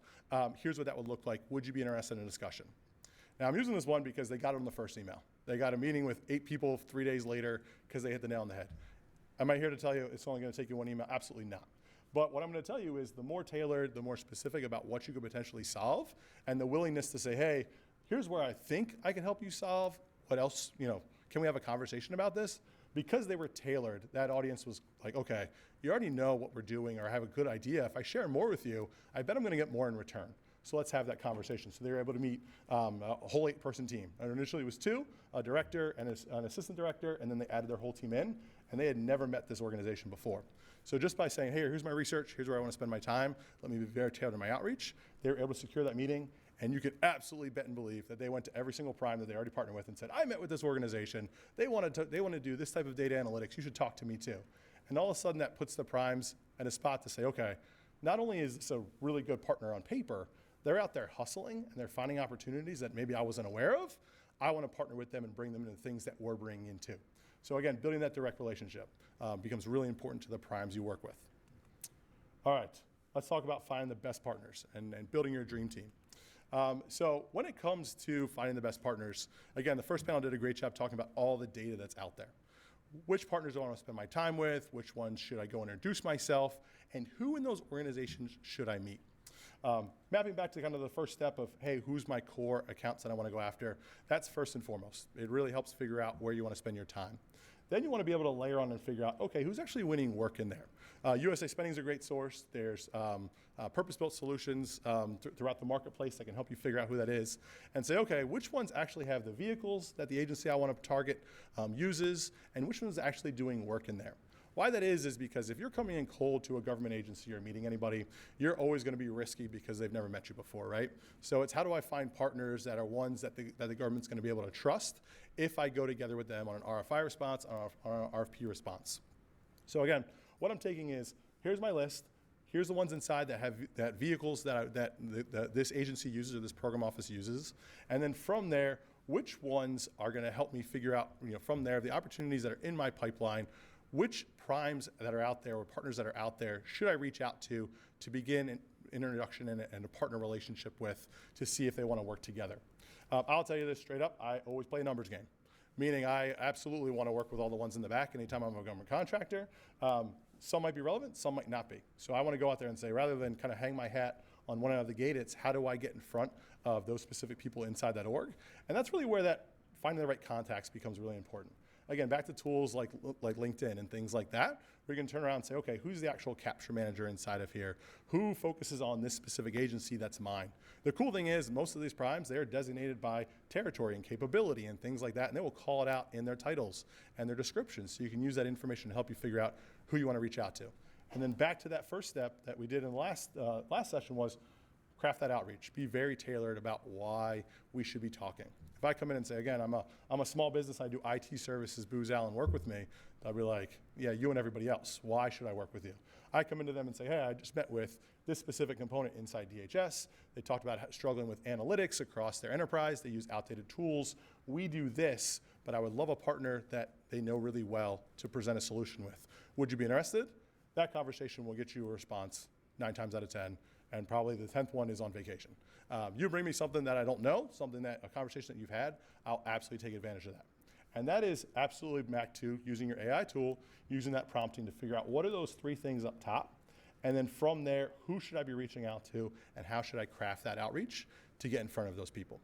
Because again, we can all make a lot of partners, but it's really important to say, okay, which ones are actually going to move the needle of my business? Because I'm sure if you're here, many of you guys are wearing many hats. I run the BD for my org. I grow my organization. I'm also part of delivery, things like that. So it becomes really important to spend your time with the ones that are going to help move the needle for your business. And again, play a bit of a numbers game, a smart numbers game, but it helps to have a lot of irons in the fire. I heard that somewhere, so I'm going to reuse that. All right, let's talk about one that was in the wild, one that actually same org. So the CEO is really nice. He shares a lot with me. So in this case, there was an opportunity that came out on the APHIS website. DHS posted a recompete, and they said, all right, we're going to recompete this opportunity. It's absolutely in their swim lane, but it's on COSP3, and we need small business. So this organization, again, no work inside CBP at all. But they're like, we are technically capable to do this. So what they said was, all right, let's go find some partners that hit those 2 threads. They need to have the vehicle out there, because what's the point if they don't have the vehicle? And they need to have the relationship inside that agency that we can take advantage of because they're going to be familiar with them. And then we're going to have to be a good partner and show them that we've got the expertise to deliver on it. So what they did is they reached out, they played the numbers game, they reached out to 5 that had the experience, that had the right contract vehicle. And then from there they used let me go find the context, let me do the outreach. And 3 out of 5 of those organizations were a good fit. One organization just didn't go out of their swim lane. They're like, you do something we don't do. We know the customer. We don't want to do that work. But they decided, hey, what does a good team look like? And they actually kind of pitted 2 together as they were going through capture. Which side do I want to land on? They ended up putting them all together and said, all right, I know the technical work. I need the customer experience. I need the vehicle. We are better together as a team. And they were able to secure a contract. Funny enough, the CEO shared with me, he's like, nothing's funnier than winning this work, having not the experience with the customer or the vehicle. And people say, well, what's the work share? They're like, well, what does this company do? And we're like, oh, we're the technical SMEs, and we put the team together. And they're like, oh, okay. And one of those organizations was that primed it was definitely entrenched in that customer had never heard of them before. So again, just by doing that tailored outreach, it might seem like there's a lot of steps to this, but that's where the AI helps you speed up a lot of those steps. And think of them as swim lanes and activities as you're doing them with the opportunities that are in your pipeline. Again, back to, I think, the first panel where they said it's important to have a good beat on your pipeline and what's there. That's really where it helps. All right, I'm going to pace up a little bit because I do want to leave a good window for questions here. And then probably the most important one from being a partner is being the partner that everyone wants to team with. I think we've all met partners where we're like, you do this, I do this, we both love to drink whatever we're drinking at this bar, this is so cool, we should work together, right? And you're like, okay, great, but what does that actually mean? How's that actually gonna turn into dollars for my business? So if I am reaching out to, again, one of the organizations that's in the back that's gonna be on this panel, I wanna show that I am different than everyone else here. Again, this is a really great audience, a really great turnout. I don't want to say this out loud, but a lot of you guys are actually competitors to each other when you go to reach out to those primes. How am I going to stand out and be memorable to an organization when I go to work with them that they have a good experience with us? So first and foremost, this maps back to a lot of those proposal kind of best practices, recruiting best practices is be very quality in what you turn around to them. So if I've got a data call, I want to have the accurate information. I want to be more explicit than I need to be so they have more information than they need when they go to make a judgment call. I want to turn that around quick. Nothing like a same-day turnaround. Hey, I sent you a data call. Can you guys get this back to me by Friday? Hey, it's Thursday, 4 o'clock. Here's this information. Using AI, the prompting, taking advantage of that will help you speed those things along. Proposal support. I used to say that probably on every first call. They'd be like, Josh, well, what do you want out of this? Well, I want to be on your contract, and I am more than happy to do my unfair share work of proposal development. That's pre-AI tools. And every time I said it, I groaned inside, but I was like, hey, I don't know the customer, and I really need this organization, so I'm gonna do my unfair share work. Proposal tools, whether you use commercially available ones or purpose-built solutions, will help you do that and speed that up. And then, of course, the unfun things like recruiting and finding really hard key personnel, things like that a recruiting machine like a large prime might be missing out some folks on your team, really helps you stand out. So that way we have experience, and I think someone had said it in a previous panel, even if you go lose with them, they turn around and said, all right, I had this person as a last minute maybe on my team. They turn around data call same day. They did the lift on the technical section, and that was a really good technical section. That really stood out to me. They went and found me some hard people. I'm not really gonna give them a whole lot of work share out of the gate, but they found some hard people that are out there. Now I've got a good impression. Now I've separated myself from everybody else that they're probably reaching out to go and say, okay, what's the next opportunity that we could potentially work on and keep that cycle going. And typically after 3 or 4 opportunities, you're gonna find a partner for a long time because you guys are in a rhythm working together really efficiently. So again, a couple prompts on the bottom that you can use to help with that. So let's map this back to in the wild again. So same organization. One of the businesses that they decided not to work with on the last pursuit said, hey, we're not comfortable going after this, don't know the customer as well as we'd like, but hey, we'd love to use you for a Space Force opportunity. Would you mind partnering with us on that? Big organization, you're talking a 1,000-person organization compared to like a 40-person organization. They're like, sure, we're happy if you take us anywhere. And we want to stand out to that customer. So in that case, they did a lot of what was detailed on the last slide. As soon as they got a data call, they turned it around same day, in brand, in the exact style and structure that the organization needed. They turned around some staffing folks that were really hard to find. Luckily, they had a good staffing background, so they did have that to their advantage, but it let them really stand out to that customer. And I don't know what the update on this one is, but because they were fast with it, they had quality output, and they were very reliable on those inputs, it was right away, hey, we're done this one. Have you guys looked at anything else inside of Space Force? And then it feeds its cycle right back in. Well, no, we haven't. Let me do some outreach to Space Force. I know what they're doing. You can take things that you learned from that proposal. Inside of here, we wrote about the technical. So maybe I go to an adjacent office and I reach out to those folks and say, I know, hey, this part of Space Force is trying to solve for this. Are you trying to solve for this? Here's how we would help. And you just keep that cycle going across the board. So let's just wrap here. I'm gonna open up for Q&A, of course. But of course, let's actually make AI help us in our day-to-day. Little things like meeting prep, email drafting, document summarization, status reports, data cleanup, all become really helpful. If you've been on any Unanet presentation, we always say human in the loop is the most important. If you think I'm telling you to hop in a chat tool and take whatever pops out and say, this is me with all those M dashes in there, that's not the case. But what it can do is help you draft out a lot of content that you typically have to do by hand. I know I'm an email snob, how I write, how I structure. Some spelling mistakes in there for sure. But I always want it to read a certain way.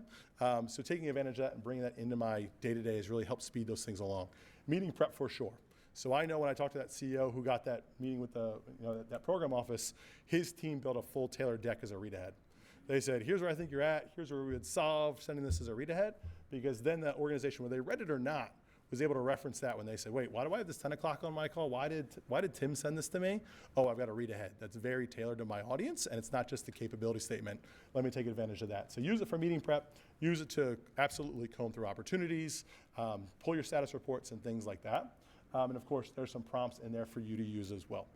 And then I'm sure you've never not seen one of these. There's a lot of these out here, but I'd say if I was going back to my desk and I said, all right, Josh was pretty okay for 30 minutes before he opens up for questions here. What can I actually do to help with this? And again, more than happy to share the deck out after, of course. Look at your capability statement. Is there different audiences and capabilities that I can write it to? How can I use AI to help me do that? Which of my agencies have been trying to break into that maybe I have an app in the pipeline or something early, or I read something that made me very interested in it? What inside of there could I help solve for? And what specific audience is there that I could reach out to? And of course, who are my partners? You can never not have enough partners, and it's always important to figure out who the ones you want to spend your long-term time with. So which ones do I want to reach out to? Is it someone in my pipeline? Is it someone here that I want to tailor, a follow-on conversation after I meet them in the back? Very much think of it that way. And of course, use it for your outreach email. I'm going to drive that home for many, many times because again, very few audiences, if you are tailored and structured, will respond to your emails the way the government will. But it's got to be tailored in quality or you're not going to stand out from the audience.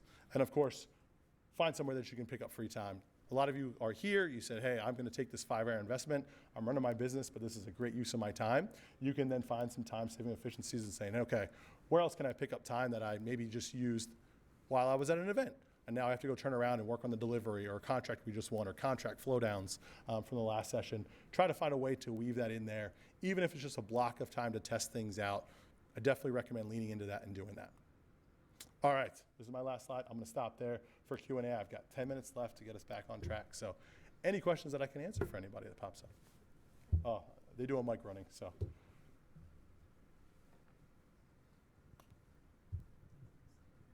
Thank you, Josh. Thank you so much. My name is Rejoice, and I am with Umatic Consultant and Akuma Care. And we spoke earlier before you started your presentation. My question to you is, it seems like today we focus a lot on technology and the advances of AI and et cetera. But I'm curious from an HR point of view, as baby boomers are getting ready to retire, millennials are creeping in leadership roles, Gen Zs are coming up, and the rest are also behind. What is going to happen in terms of decision makers' behaviors as they're using AI tools and how they interact with subcontractors or small business owners? Do you see a shift? Do you have any insights on how they prefer we work with them?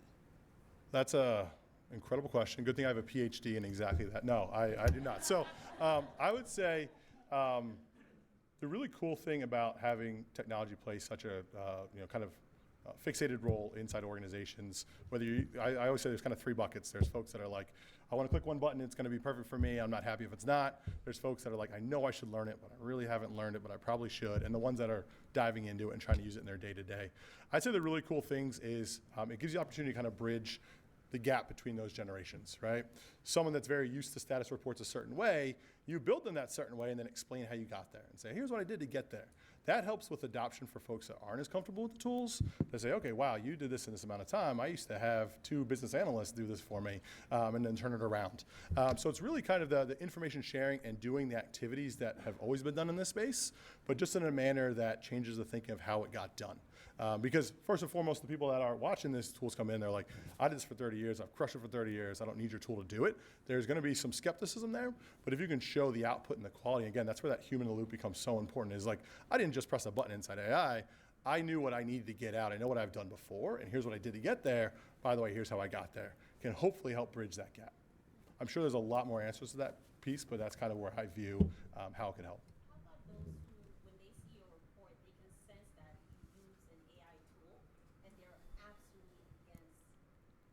Well, I'd probably break down why they sensed it. If it wasn't written well or missing data, that goes back to the human in the loop piece. You're probably letting AI do a little bit too much without the human in the loop, and you weren't able to validate the data.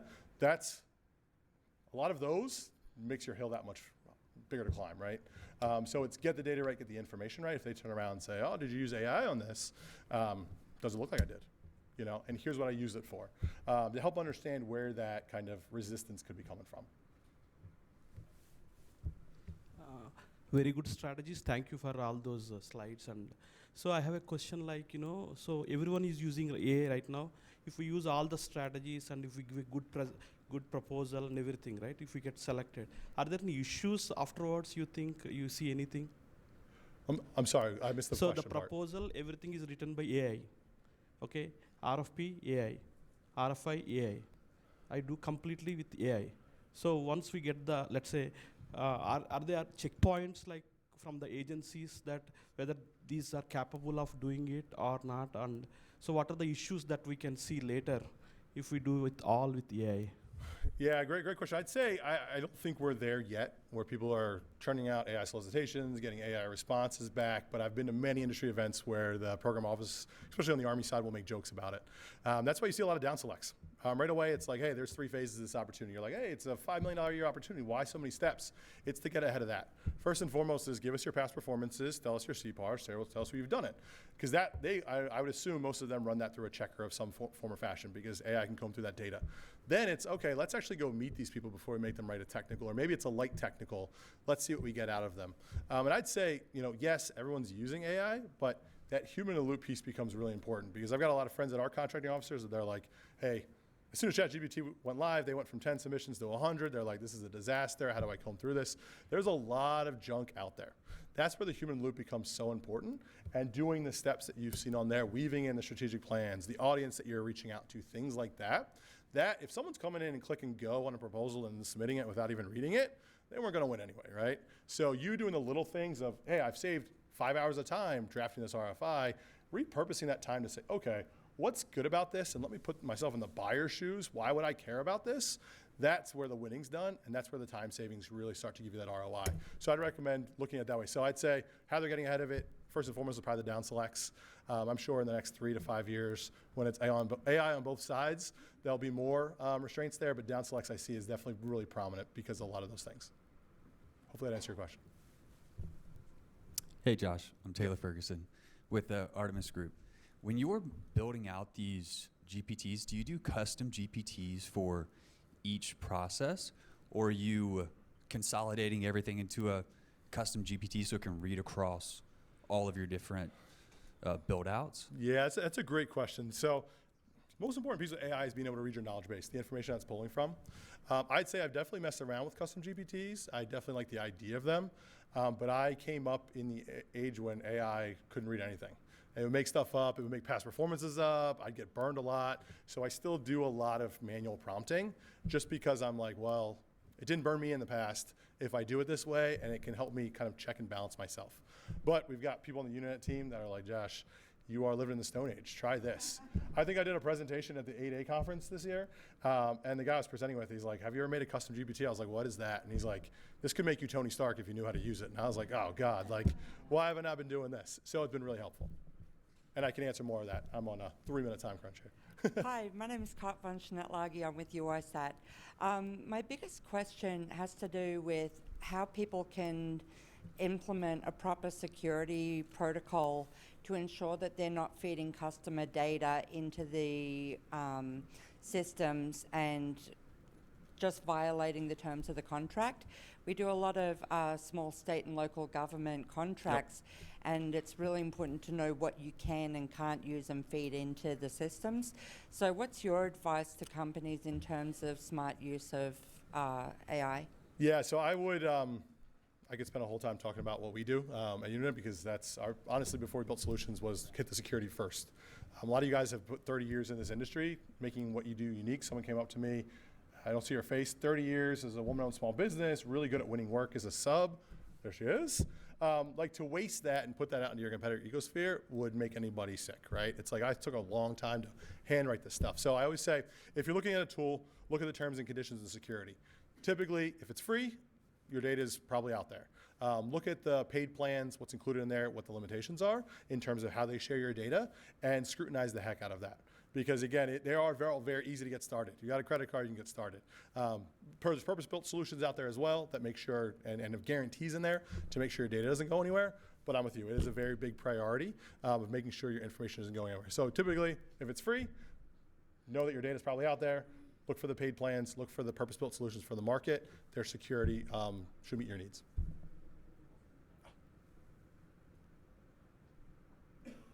All right, I've got 2 minutes left. Any other questions? Feel free to find us. We are at the booth back there. Thank you all so much for having me. I hope it was good. Again, I'm the one. Oh, I got one more question. They told me to watch the timer, so I'm watching it really tight. Of course. All right, well, awesome. Thank you all for your time. Hopefully, even though I wasn't the only non-panel, you got stuff out of it. Happy to share the deck. Please find us. Thank you so much for your time.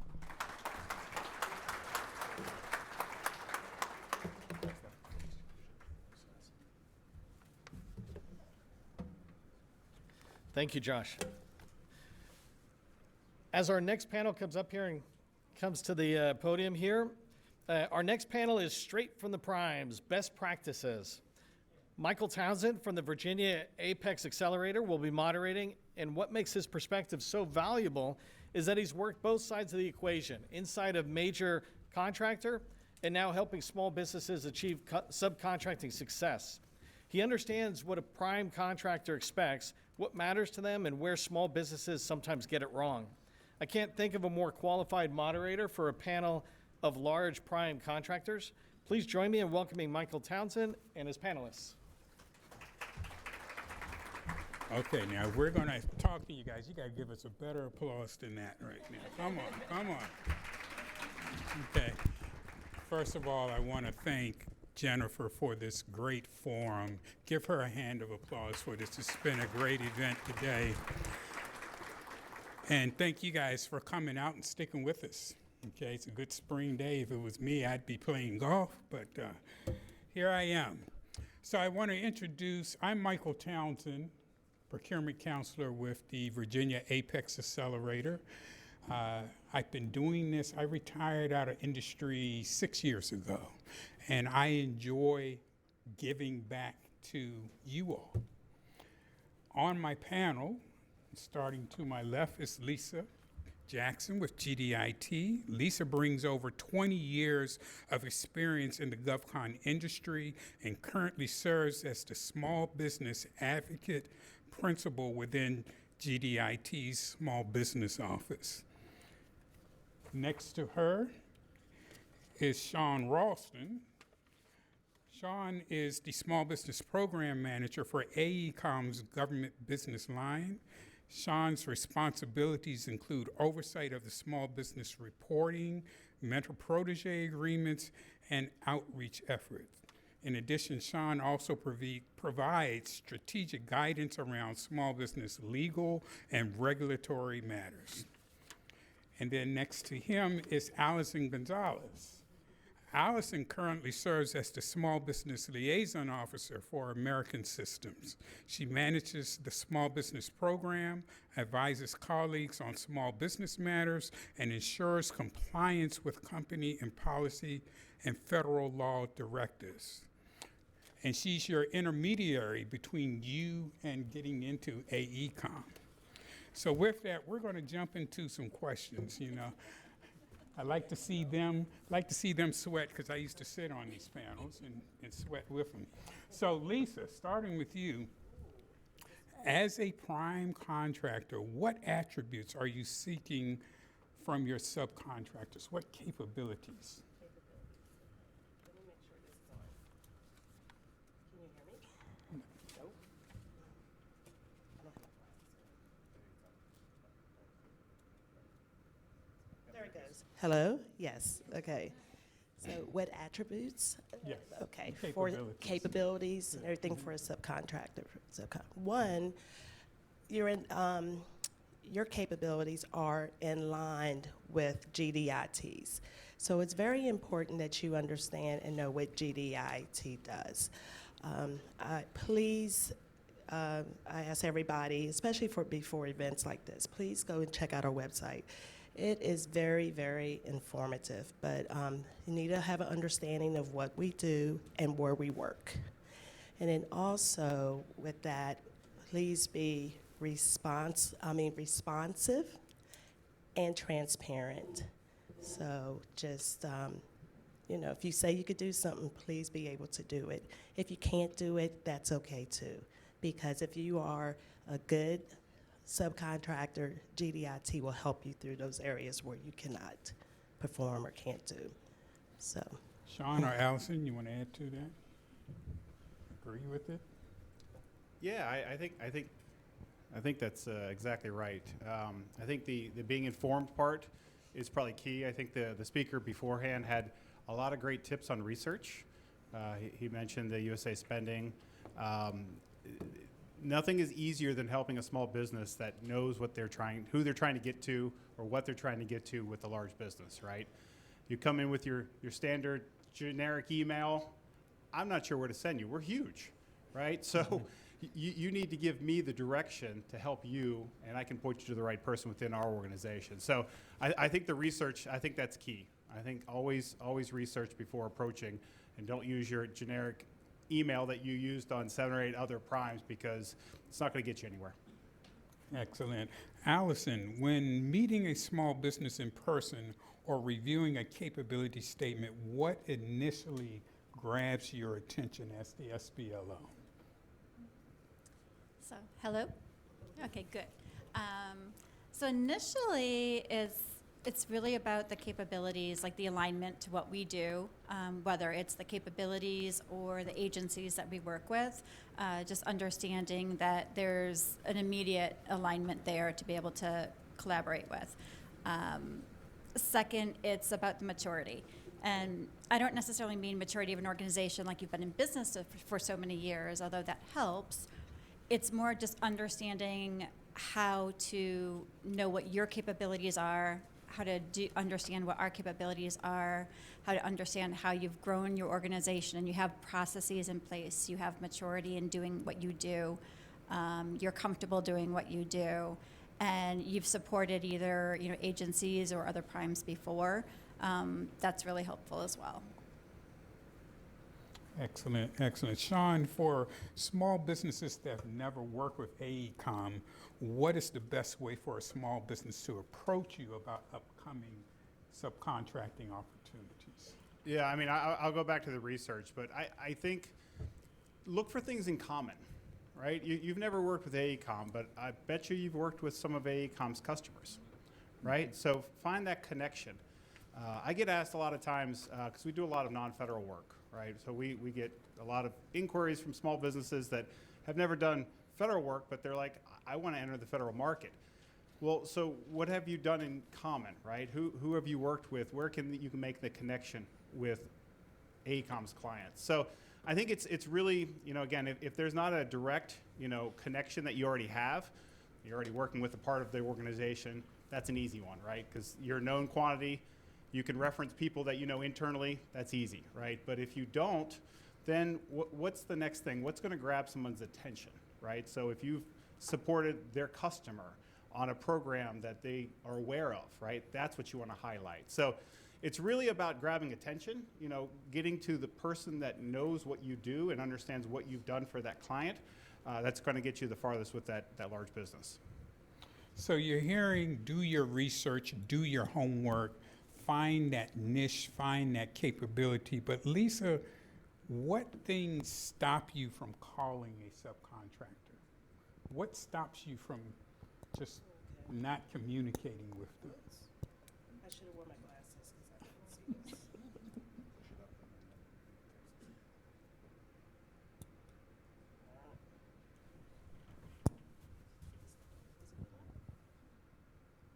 Jennifer gave me a broken. You're on. Okay, what keeps me from not calling? Yeah.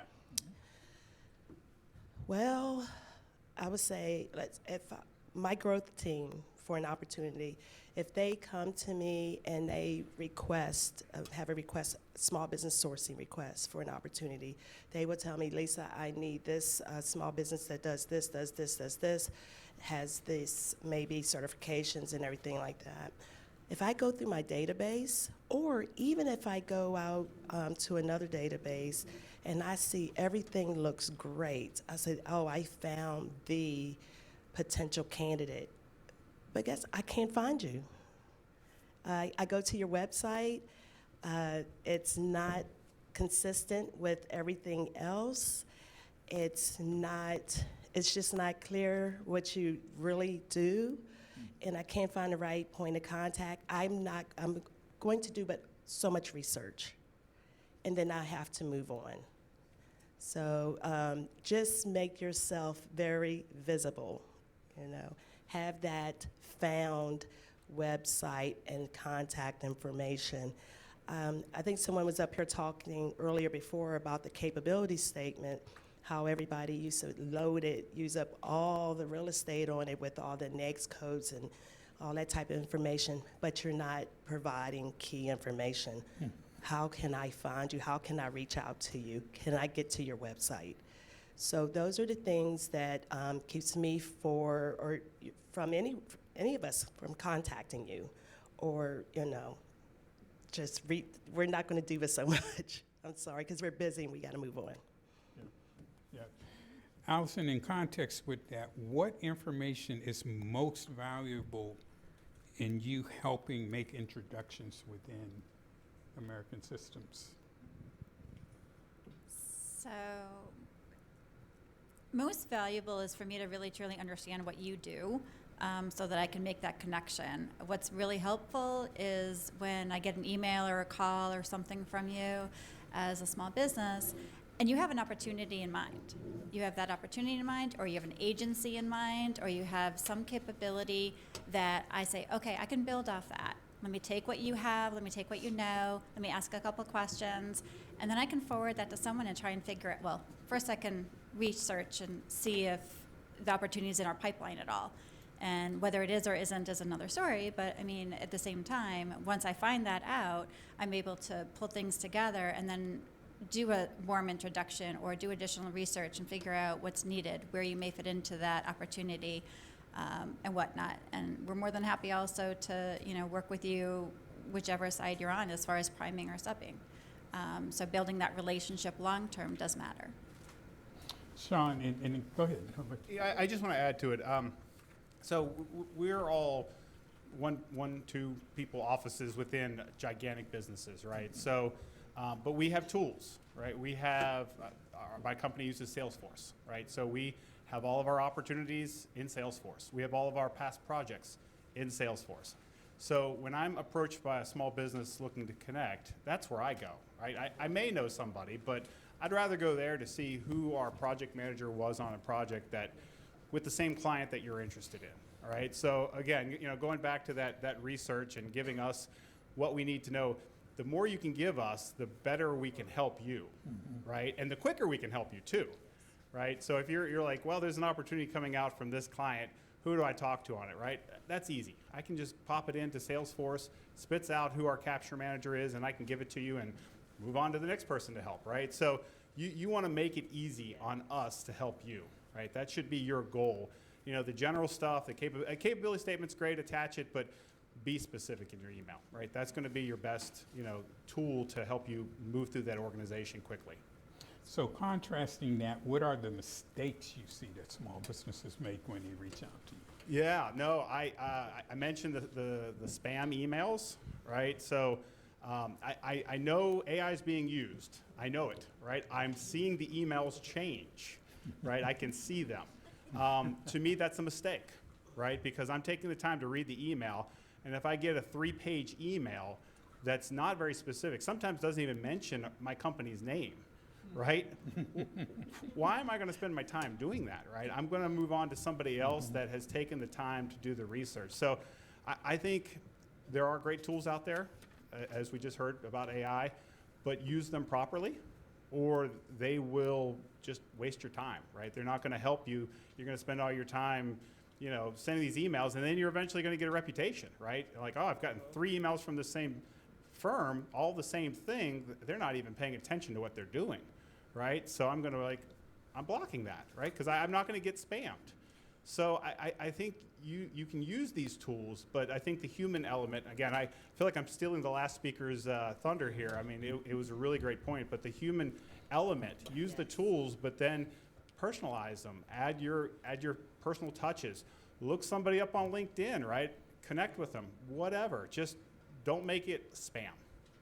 So that, to me, that's the biggest mistake, is using these tools blindly and not including the human element to it. That's Can right. I add? Yeah. Yeah, because I don't know about with Sean and Allison, but in organizations I've worked, I've had to gain the trust of our growth teams, our capture and our BD team. So I can't, the email that Sean's talking about, I cannot forward that to them. They will never, if I do that, they will never speak to me again, and then I can't help you. Yeah. I cannot help you. So it's, you gotta understand what we go through internally. We do a lot of work to build those relationships also, so that we can better help our small businesses. Our reputation is important Oh, to you, yes, yes, right? yes. If we don't have a good reputation, we can't help you. But like to follow on one more thing, and it goes along the same lines. It's just to remember that the email that you reach out to or the call that you send, that's your first outreach, and that's the baseline of building the relationship with us. So think of it from the perspective of, I know the whole like date before marriage type thing goes on, but you know, think about how you're building that relationship, and whether you're building it in person, whether you're building it over the phone, whether you're building it in email, or a combination of the three. It really is important to give everybody an opportunity to continue to build that. So I'm going to go off script with a question. This is not one that I told you to prepare for, but so I'm a subcontractor. I have a relationship with you, but some kind of way I'm not hearing from, you know, you won the contract. I signed the teaming agreement. We heard about teaming agreements earlier. I've signed a subcontract agreement, but I'm not hearing anything from your company.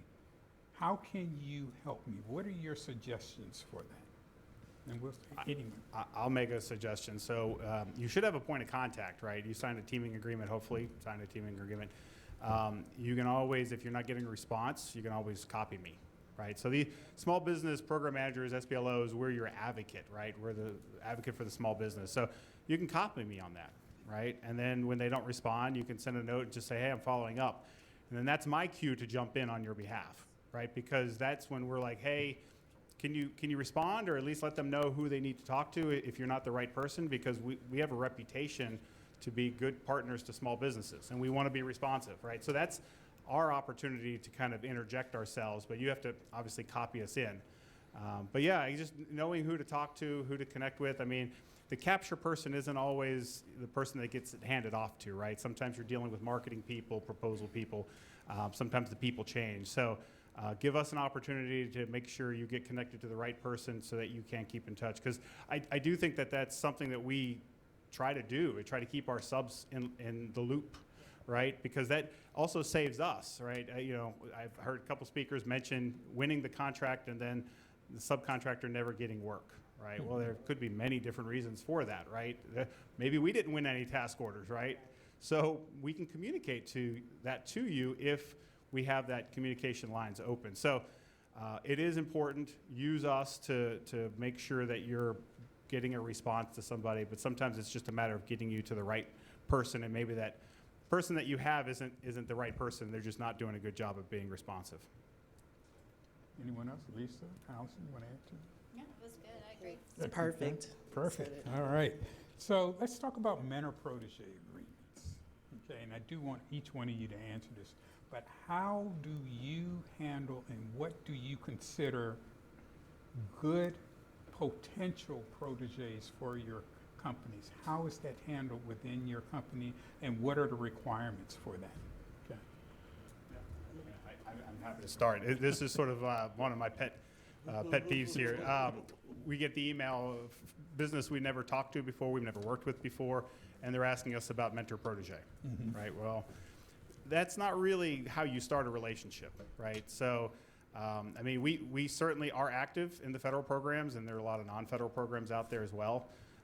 Every program has certain benefits, so you need to really target the program that you're interested in, those benefits, right? If it's SBA, it's that joint venturing for small business set-asides, right? If you're just a sub and you never go after set-asides, then the SBA program isn't one that you want to consider, right? Because that's the benefit, that's the driver of that program. You want to look at maybe the Department of War's mentor-protege program or DHS's, right? Those are more subcontract focused. So certainly understand the programs, and certainly understand who you're approaching, and hopefully have a strong relationship with them, and that you're finding a champion within that organization that will step up and say, hey, this firm makes sense for us to mentor. They've been a great sub for us. I think with some help, they can be even better, and we can use them across our different accounts. So I think, again, targeting the right firm is key. But having the right champion within that firm is also a key. Allison? I'd say to know the goals that you're trying to achieve with it too. So once you identify a good program, once you understand a partner, really truly understand what you're trying to get out of it. Make sure that the partner and you have a good alignment as far as being able to support and work work together with each other. We have SBA mentor proteges, so we can have only so many at a time, through the SBA program. So we do have a limit. Once one clears out, there's an opportunity to have another one. There's, other opportunities for just knowing how to get there, though, like making sure you're having that relationship, make sure you're building it upon it, and giving yourself a good springboard to get into a mentor project program with a large prime. Yeah, they both hit on it. It's relationships. You cannot reach out to GDIT Small Business Office requesting information or the right POC for an MPA, for a mentor-protege agreement. You have to have that relationship. And for GDIT, these agreements, they are initiated either by the program manager who you've been working with, who you're working for, and or our growth executive.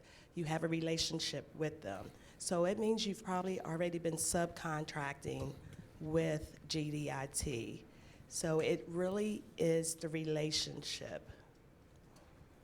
Hey, can I just add one additional? The three limit on the SBA program, I think that's really, really important to understand, but also to understand that a very, very large business gets 3, and that firm that just grew out of being a small business gets 3, right? So you need to factor that into, as you try to figure out who to approach.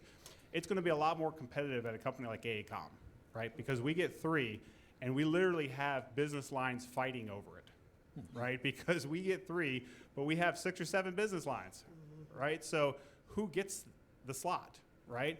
Versus the more mid-sized large business, which might be more open to it. They may only have 1 active right now. So certainly factor that in. The SBA program is, I think, by far the most popular program out there.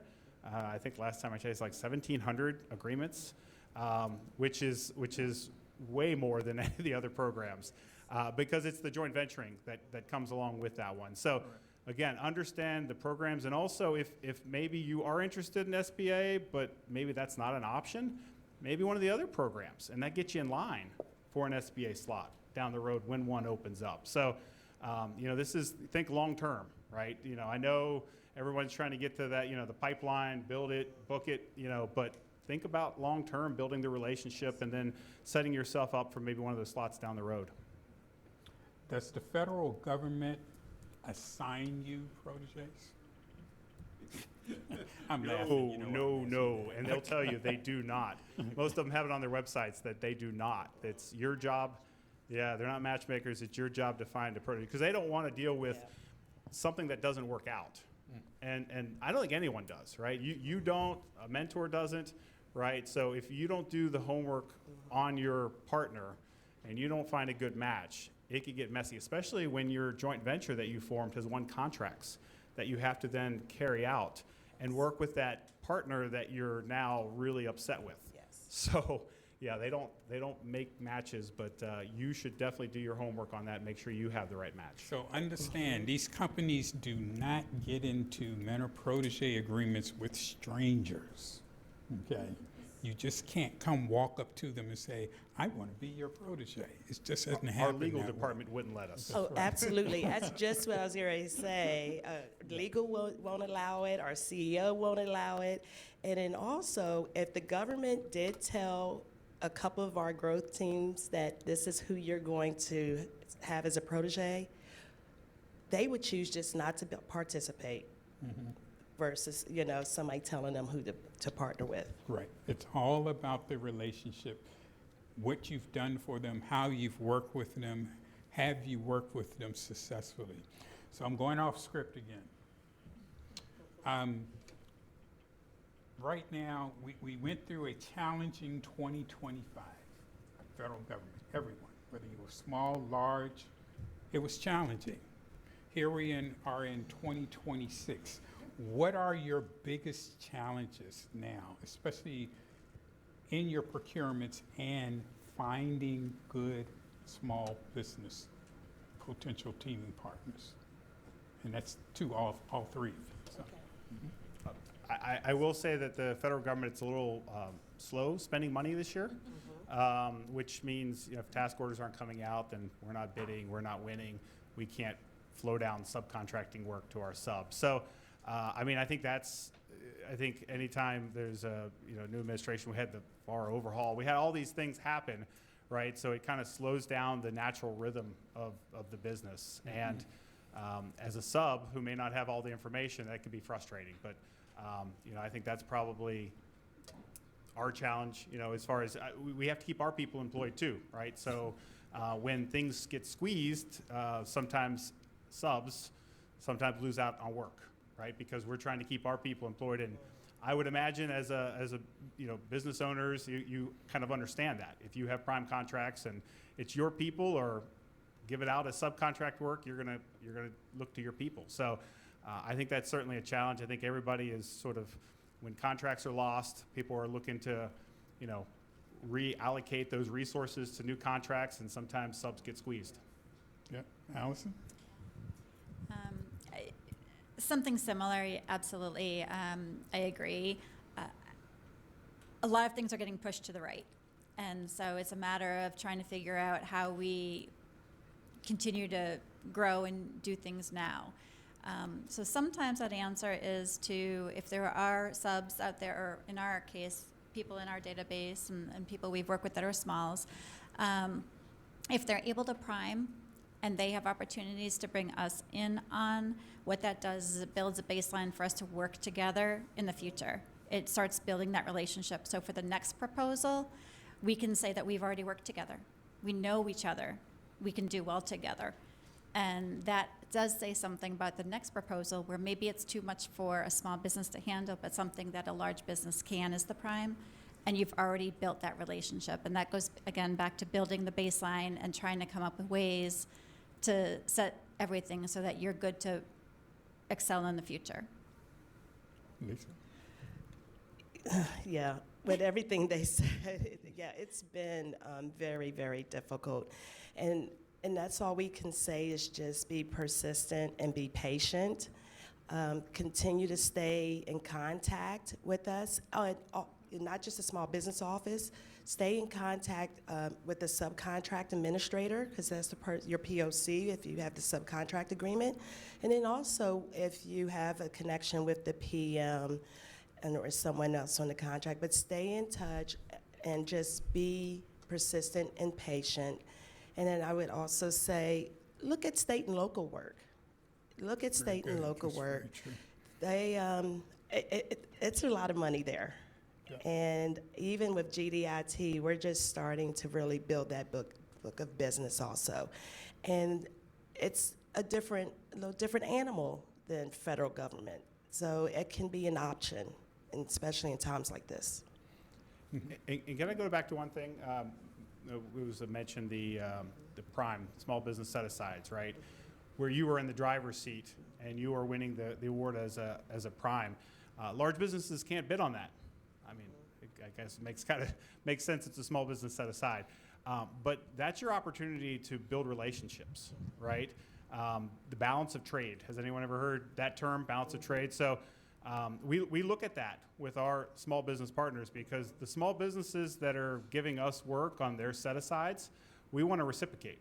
Absolutely. We want to use them as subs on other contracts. So again, when you have the opportunity to decide who you're going to team with on that, look to see who's been giving you work or who could give you work, right? And then have that discussion. So again, you just be smart about it, right? You're in the driver's seat. Excellent, excellent. So one last question before we open it up to the audience. CMMC, cybersecurity rules. How are your companies handling this right now? What are you seeing? What are you flowing down to your subcontractors and your potential teaming partners with that?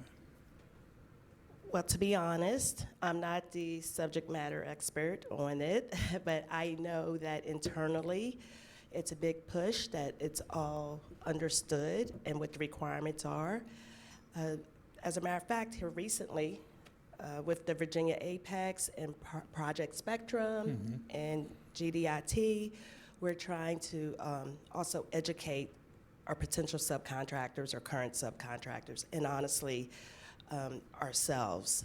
So we do have a team, and when it comes to any of those matters, I go to them, because honestly, I'm just not the expert, and I do not want to say something or do something that is not so correct. But your company is being proactive, providing Absolutely. a avenue for training. We're providing the training, and internally and externally. So to our internal teams and to our external teams, our subcontractors, our partners.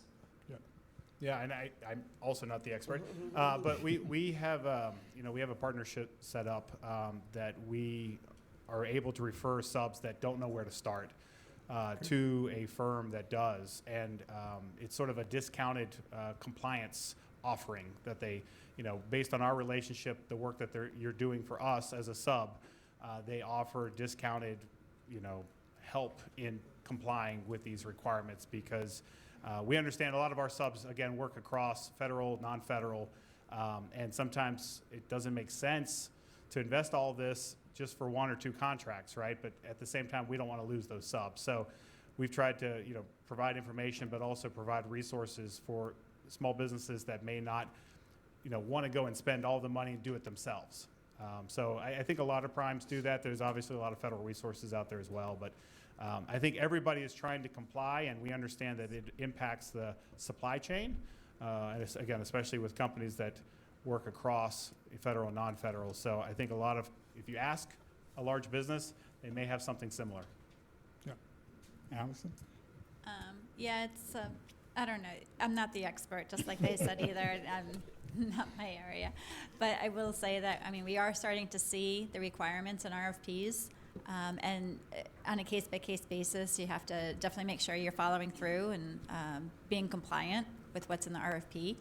Other than that, follow guidance from your either internal organization or your lawyers or your, other organizations, agencies like, Lisa mentioned, Project Spectrum and whatnot that's available to provide that guidance to you.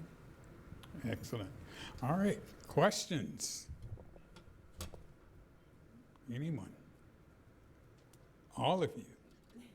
We answered everything. We answered all of it. And there's one behind you.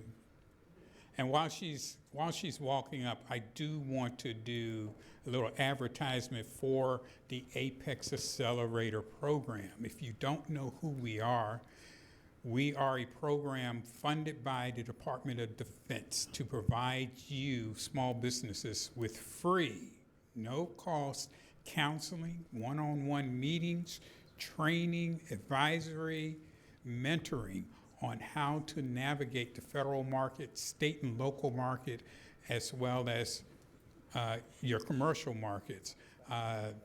I'm here with Stacy Redmond. Stacy's in the back at our table.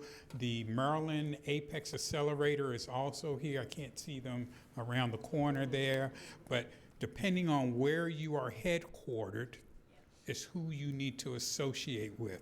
There are 90 Apex Accelerators throughout the United States. So whether you're here from Maryland, Virginia, DC, or wherever, find your local Apex Accelerator.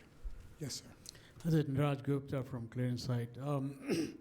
I think the question is for the panel is, many times we know our capabilities, we have past performances, but we don't necessarily have the relationships or any previous experience with a specific agency or an opportunity.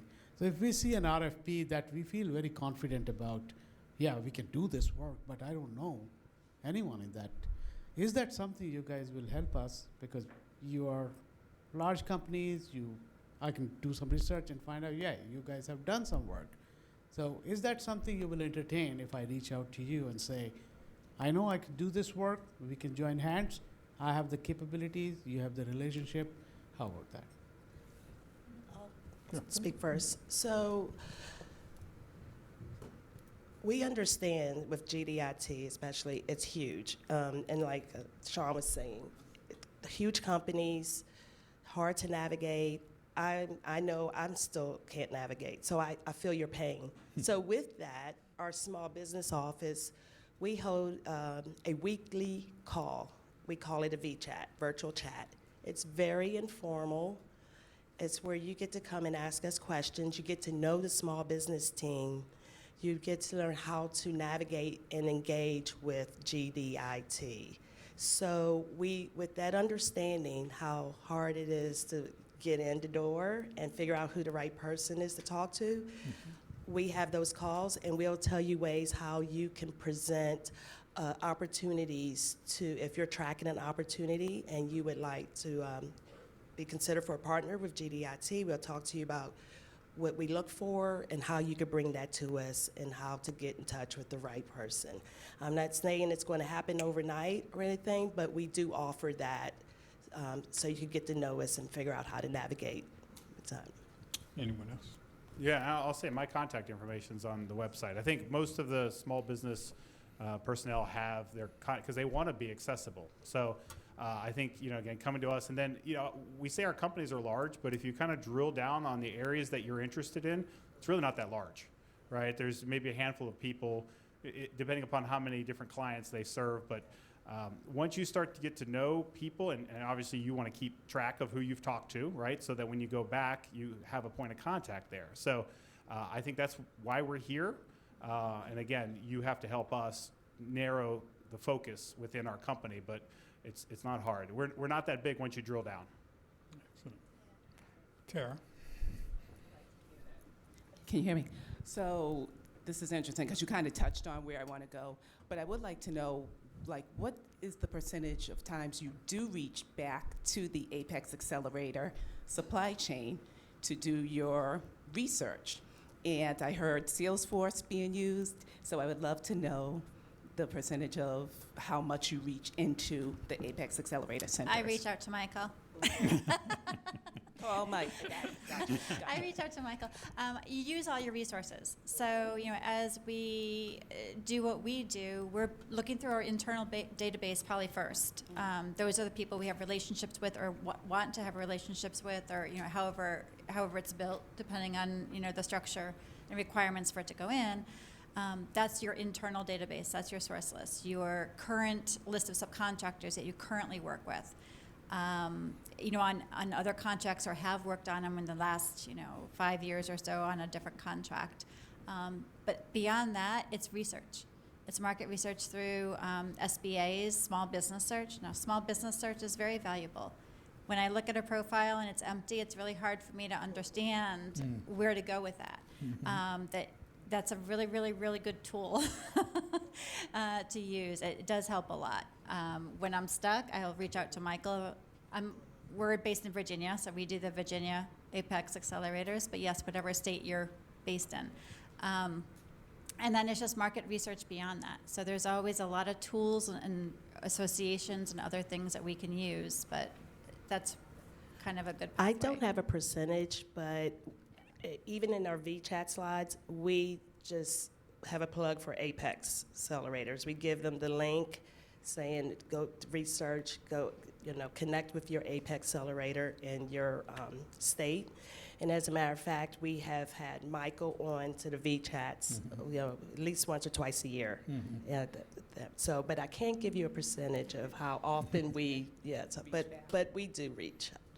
I get referrals all the time. I get referrals from the Apex Accelerators. I don't reach out very often, but I definitely get referrals, which is great. And you also have to keep in mind that large businesses, we have existing contracts where we have small businesses currently performing. So really, when you're trying to break in with a large business, you got to give them a reason to try somebody new. Right? I mean, yes, firms grow. Sometimes our small businesses become large businesses. They get purchased or they grow or what have you, or maybe they just don't have the capabilities. But you got to give them a reason to say, hey, let's try somebody new. Excellent. Thank you. Thank you. Okay. And one more on that, though, too. I mean, contracts do get modified. Contracts grow scope. Sometimes we have to bring in new small business partners to hit that scope for awarded contracts. So just because something got awarded doesn't mean it's kind of closed until the recompete comes in 5 years or whatever it is. There's always partners that we're looking for. Excellent. Anyone else? Got one all the way in the back there. So just while she's walking that back, so we do receive requests from large primes to help them find you, okay? We get it from the federal government as well. So if you're in tune with your Apex Accelerator, if these companies are reaching out to us, we look for you as well. We help them identify resources. Yes, sir. Hello. Mic check, mic check. My name is Isam with ITM Group, and to your last point you just made, how does one, if it's possible, understand if there is a scope change? How do we find it? And then obviously, how do we approach you guys with that?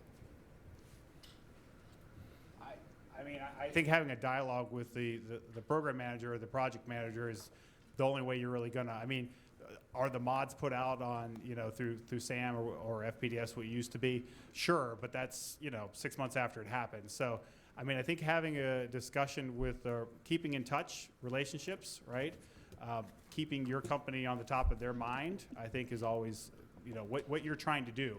And also, to the point of, the contract never being really closed unless they don't allow new subs to be added.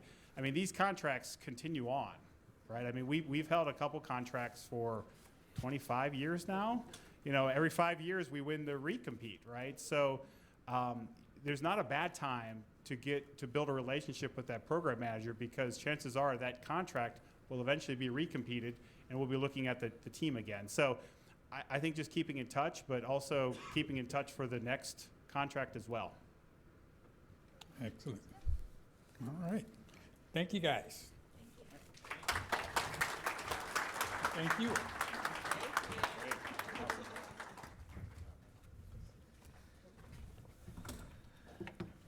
Thank you. I appreciate that.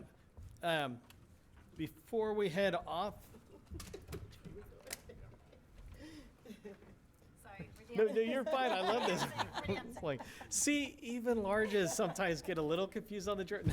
No, we're all on the same page.